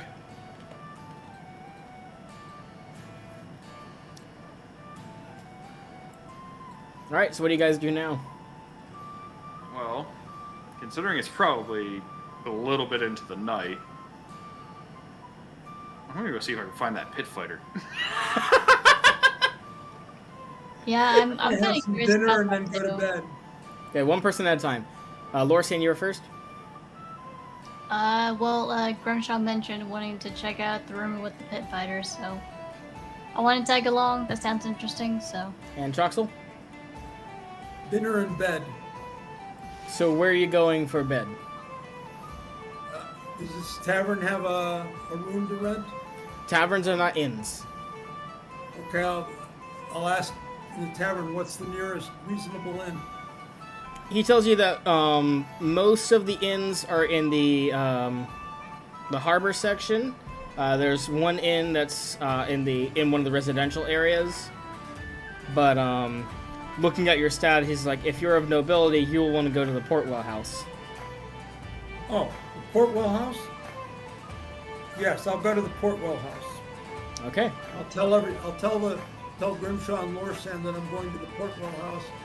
I will meet them tomorrow morning if they're not at the Portwell House at this inn, I guess, or you get this tavern rather. We'll use this as our meetup place for while we're here. That'll be a lot of footwork given that this is the outskirts of the town, but yeah. Is it? Yeah. I like this tavern. The bartender's nice. Besides, one of these days we're going to be leaving from this Hold tavern. on. Grimshaw, you say that and the bartender's like, bartender got paid. Bartender got paid, yes. Bartender nice. Yeah, that's why he said it. He was like, I was nice because I got paid. Hey, sometimes all you gotta do is grease a few palms. Alright, so you guys get directions for the fight pit. You make your way over there, and because, again, it's nighttime, the crowds are kind of diminishing a little bit. You get to the fight pit, and it looks like they're putting stuff away, and there's like, sorry guys, the fight pit's kind of over for today. You want to come back tomorrow? We got time to meet some of the fighters. Most of them have gone to bed, so probably not. Can I just ask you a few questions? He just kind of like looks. He just kind of like looks up at the sky, looks back at you, and says, "How much you wanted to pay for that time?" You got all the time in the world. I just want one question. No, he's saying, "I'm trying to go to bed. If you want me to talk, then give me something."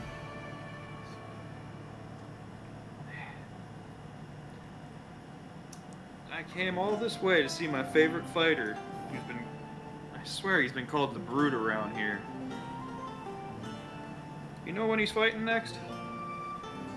Roll a charisma check.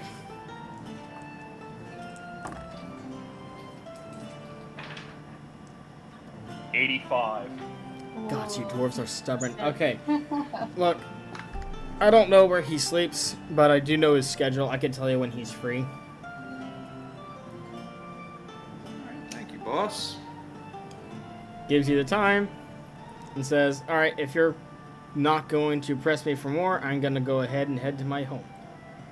Have a good night, bud. And I throw a couple copper in his hand. And you'll have a drink on me. He gives up like a fake like, "Wow, thank you." Drops it and then goes back home and then starts walking home. This is literally like if you're at a grocery store and the customer walks in just before it closes and just hangs around. Yeah. And this is the employee who's just like, "Would you please just let me go home?" It sounds like literally- we had for like an hour after the store closed, you know? Hey, I figured it's the fight pit. Who holds fights during the day? Fights are a nighttime activity. usually done illegally. Well, for starters, this place wasn't out in the open. This was a tucked in, out of the way kind of place.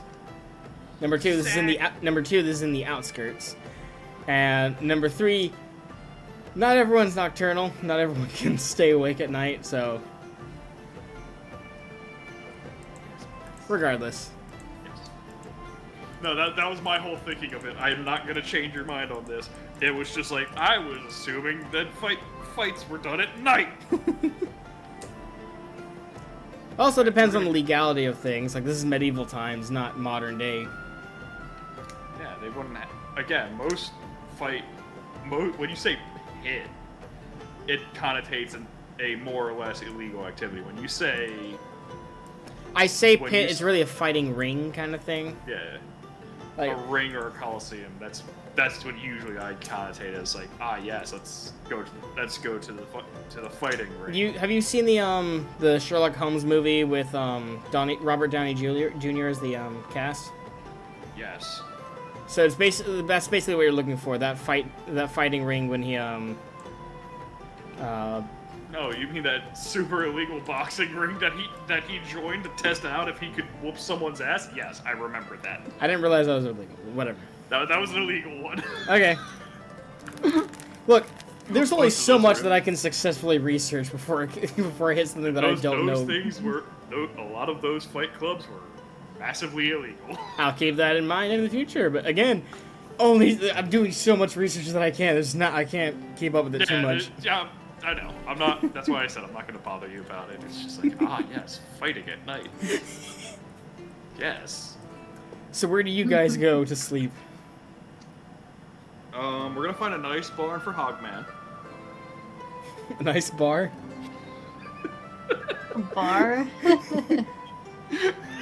Just be the drunk slunched against the wall as you're waiting for day to break. Well, he's not gonna drink any alcohol, so. No, it wasn't I wasn't gonna stay in the bar. We were just gonna set you up in the bar.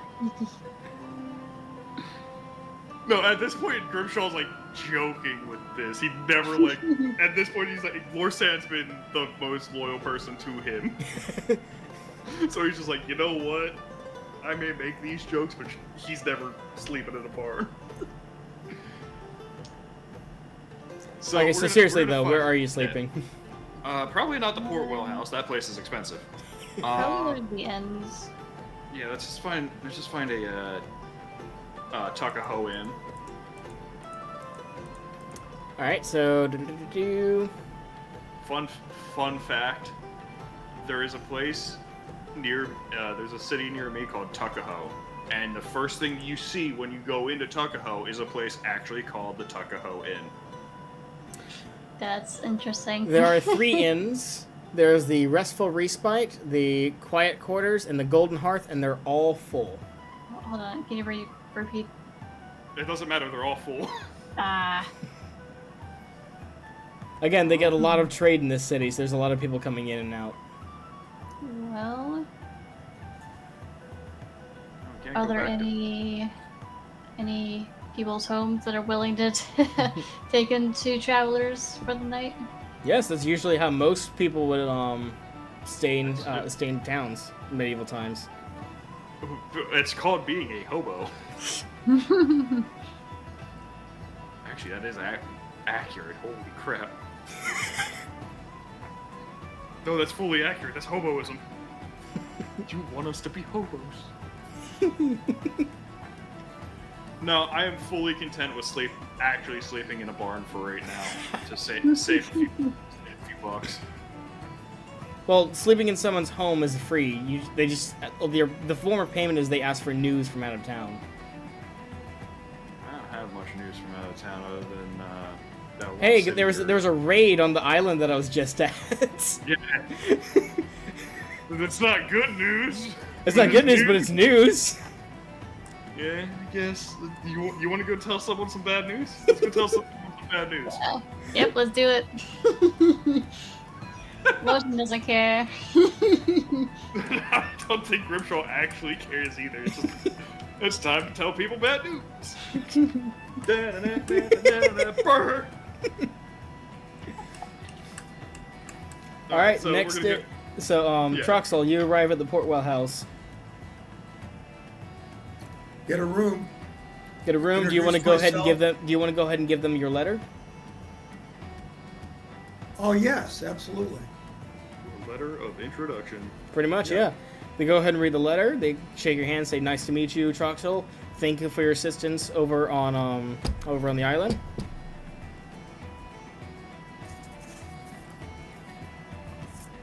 They go ahead and lead I you. enjoyed very much working with the Portwells. They go ahead and lead you over to another room. You're about to be interrogated. This is one of their guest rooms, and they, tell you can stay here. Have a nice sleep. I'll thank them, and tomorrow morning I'll get up and head over to the tavern. All right, so the next morning, you guys wake up and go to the tavern.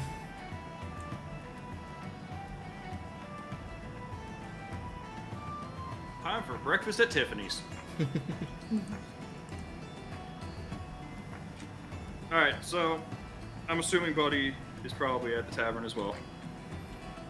At this rate. He's a little Grumpy late. He's a Ark. little late to the party, but he does get there. Fantastic. You guys want to hear So, for one rumor while waiting? Yeah, I can go for a rumor. 18. Wood or plastic? What? But Wood? Let's roll wood. That is correct. Oh. Thank God that cracked. I just rolled a natural 20. Lorsan, what'd you roll? I got a 17. All right, so you all hear a rumor. Fantastic.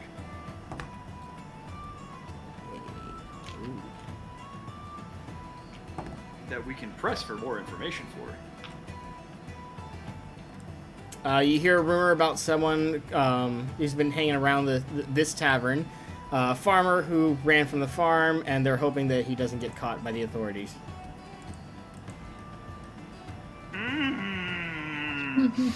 Yeah, Grimshaw already knows about him. We are piecing together a sad, sad sob story. You guys, Troxel, you heard someone say that there's been rumors that one of the captains of the guard is complaining about the kingdom. Yeah. Okay, that's fine. Viva la revolution. And Lorsan, you hear word that the Moon Maiden Tavern is a haven for fortune tellers and witches. And again, these are rumors. You can't really put too much weight onto them until you actually see proof. I am looking for my Bawilla.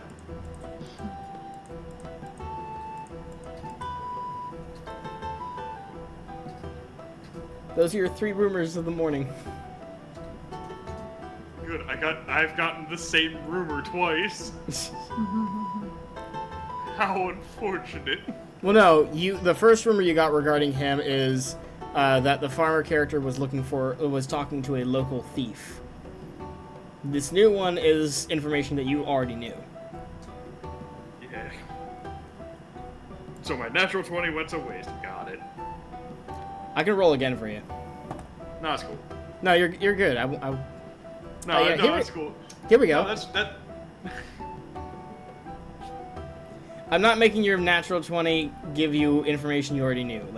That would happen. Here we go. A brute from the fighting ring. No one knows what his story is, but he seems to be searching for something.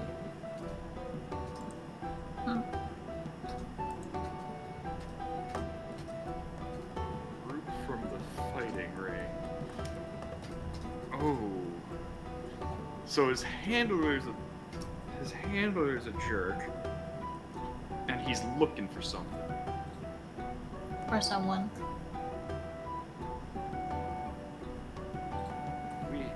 What if he's looking for the farm boy? Alright. Well, those were fun. Hmm.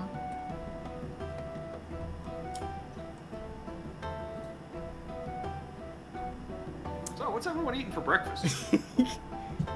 We should probably end it there. We're about like 3 minutes away from stopping anyways. Okie dokie. Well, before we end it, I'd like to know what we're planning to do at the next session. That helps you for your planning, and it helps us in terms of being prepared for it. So what do we want to do for this part of the day? And we definitely leaving to go west and then north tomorrow?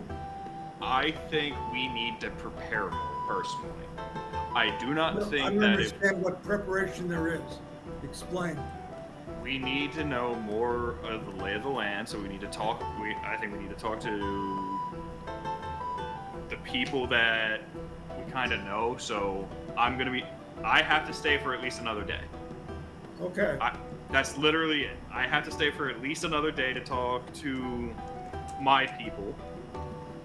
I'll talk to the Portwells tonight and get some information about Get their side of the land. Mage Island and stuff like that. Yeah, get their side of the legal side of everything. I'll do the illegal side. Lorsan will probably be ending up helping me. Well, I mean, I know that I want to investigate some of these rumors that we heard about, so. Yeah, we can spend a little bit of time in Saltzmire to get a little bit more of the. I'll say to Lorsan that I would appreciate if you're doing that to concentrate on the rumor of the bard. What does bards get information? What did he know, and why was it that his information rejected? All right. And don't forget that Cieldra is trying to get rid of her curse, and her best bet is to get to Vlasic Costello. So she's currently hanging out with you guys because she wants to get rid of. Okay, and then what's in Lies of Aesthetic for her? Is there a temple with a cleric that can do remove curse or something, or what? You don't know anything about her backstory, so you wouldn't, and she's not really opening up to you right now. So you'd have to ask Grimshaw and Lorsan that. Okay. I wouldn't know enough to ask that. Yeah. But generally, we're gonna have to get to Abbott and Costello eventually. Which, again, almost all of our roads are leading to that floating island in the sky. That we don't know is a floating island in the sky. Well, I'm gonna know it as soon as I talk to the Portwells. Well, no, Sure. Druxel, you already know that. Like, it's a very, very well-known thing in Alverdan. So anyone who was born in Alverdan knows about it. Oh, okay. That's why that's why I corrected you and told you exactly what it was. Yeah. Got it. So we don't know it. He does. I assume I've he told would. them that. Yeah, I've I assume told he them told that. you guys. Yes, I've told you that. So we got that going for us. So we're gonna have to find a way up to the island in the sky, because there's no fewer than like 3 or 4 people that need to go there. And then I Oh, guess well, let me just say, the mage in the Isle, he has to have some way to transport people and goods up to his tower. So all we need to do is be able to contact him with 1 or 2 people, and that should be sufficient. should be, unless he doesn't want to give you the time of day. Most Well, people, if he doesn't, that's issue number 2. yeah, that's gonna be our big issue. But I digress. We gotta stay here at least for another day or 2, because we gotta have a few more conversations, get really at least a small foothold here until we get our actual foothold. Get information, And I'll, resupply, plan out things ahead. And during the day, I'm I'm gonna go back to the market and maybe stop in at a tavern or two and ask about bards. See if I can track down the bard rumor myself. Do that later.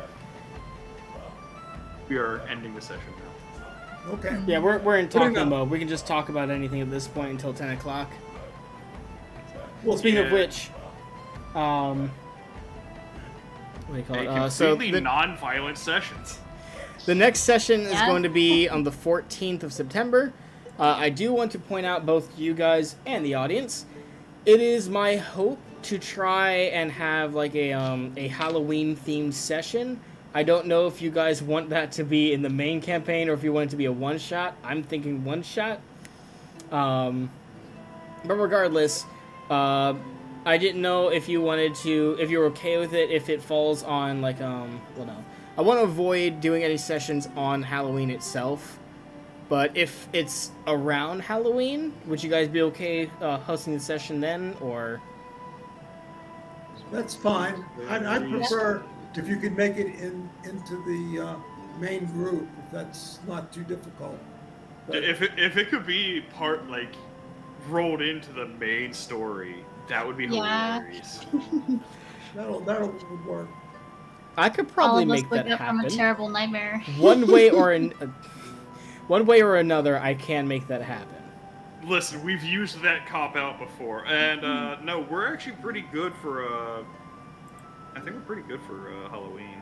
What day is Halloween? I think Halloween's on a Monday this year. It's the 30th. Sorry, hang on. So I won't have to Yeah, buy as it's- much candy because it's on a weekday. Yeah, it's Thursday. Okay, yeah, Oh, it's especially. Thursday. Yep. All right. Well, Okay, and I want to thank everybody again for the extra hour of delay. no, you're good, No, man. that's fine. You're fine. Like, it definitely works out anyways, because it's not only have I been super busy trying to overhaul the game systems and all that kind of stuff, but in my trying to fight a cough that I had for the past 2 weeks, I just completely forgot to schedule this live stream. So I'm like, it wasn't even scheduled anyway, so I didn't really worry about it. So, and I talked to my wife. I'm sure you all want to know. We came in second, and Nice. we were by 9 international match points, 9 imps, which is Hey. not very much. So it's almost like a tie. Who can say? Hey, man, that's great, man. I love it. Okay. I'm happy to hear that. Good. Okay, well, I'll see everybody 2 weeks from now. All right. And I assume, are we getting experience for this or not? You'll get a little bit of experience, not too much, but because like gonna say, it this was depends on Is how you handle is certain. anybody close to leveling? Well, I gave you I your experience from the last session. Did you guys level up from Right. that? I think leveled I- to 4th. I think I got to 5 on that. I was pretty close to 5 on that. So you guys gained 1 level or 2? I just gained 1. He just gained 1. I I think gained I gained. half. I think I was at 4, and I think it got me to 5. I'm not sure. I'd have to. Definitely double track. We want to keep track of our of leveling up. I was just gonna say that unless somebody was close, you don't have to worry about the experience. Just add it in for next time. Yeah. Lorsan, what about you? Well, he gained a level in one of his classes. Okay. That's He good. leveled last time in one of his classes, or he's going to level in one of his classes. Because remember, I just sent the XP today from last Yeah. session. Okay. Over a month ago. Okay. Anyhow, good night, everybody. Good night. Good night, Good night. Troxel.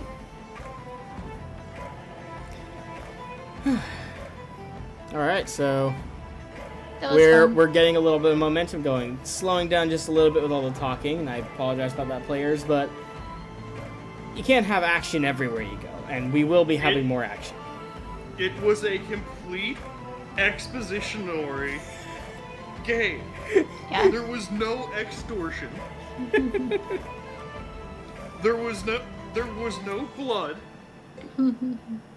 We got to see every character equally, except for maybe Lorsan. Lorsan doesn't talk that much. I was hoping Lorsan would talk a little bit more, but at the same time, I understand why they I mean, he'll probably talk more on the next session. I was gonna say, like, it doesn't We'll matter. see. I'm like, we're gonna have a lot of chances for Lorsan backstory and all that stuff. But it's like, at this point, like, we got a lot of exposition. We got a lot of details.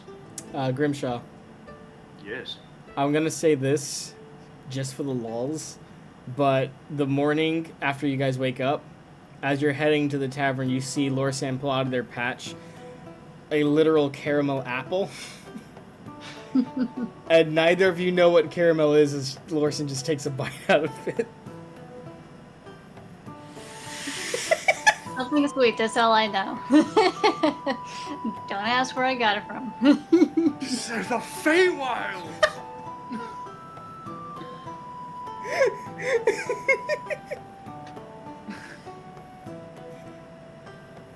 You okay there, Grimshaw? No! Just no! Grimshot.exe is broken. Grimshaw just deleted his System 32 folder.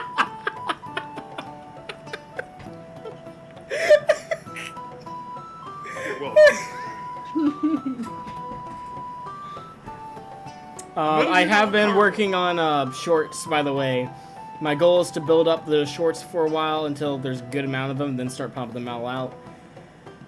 I wish I had someone to handle this for me, but so I could focus on other things. But You yeah, were here gonna I just am. have a ton of just me yelling at random things. I just know it.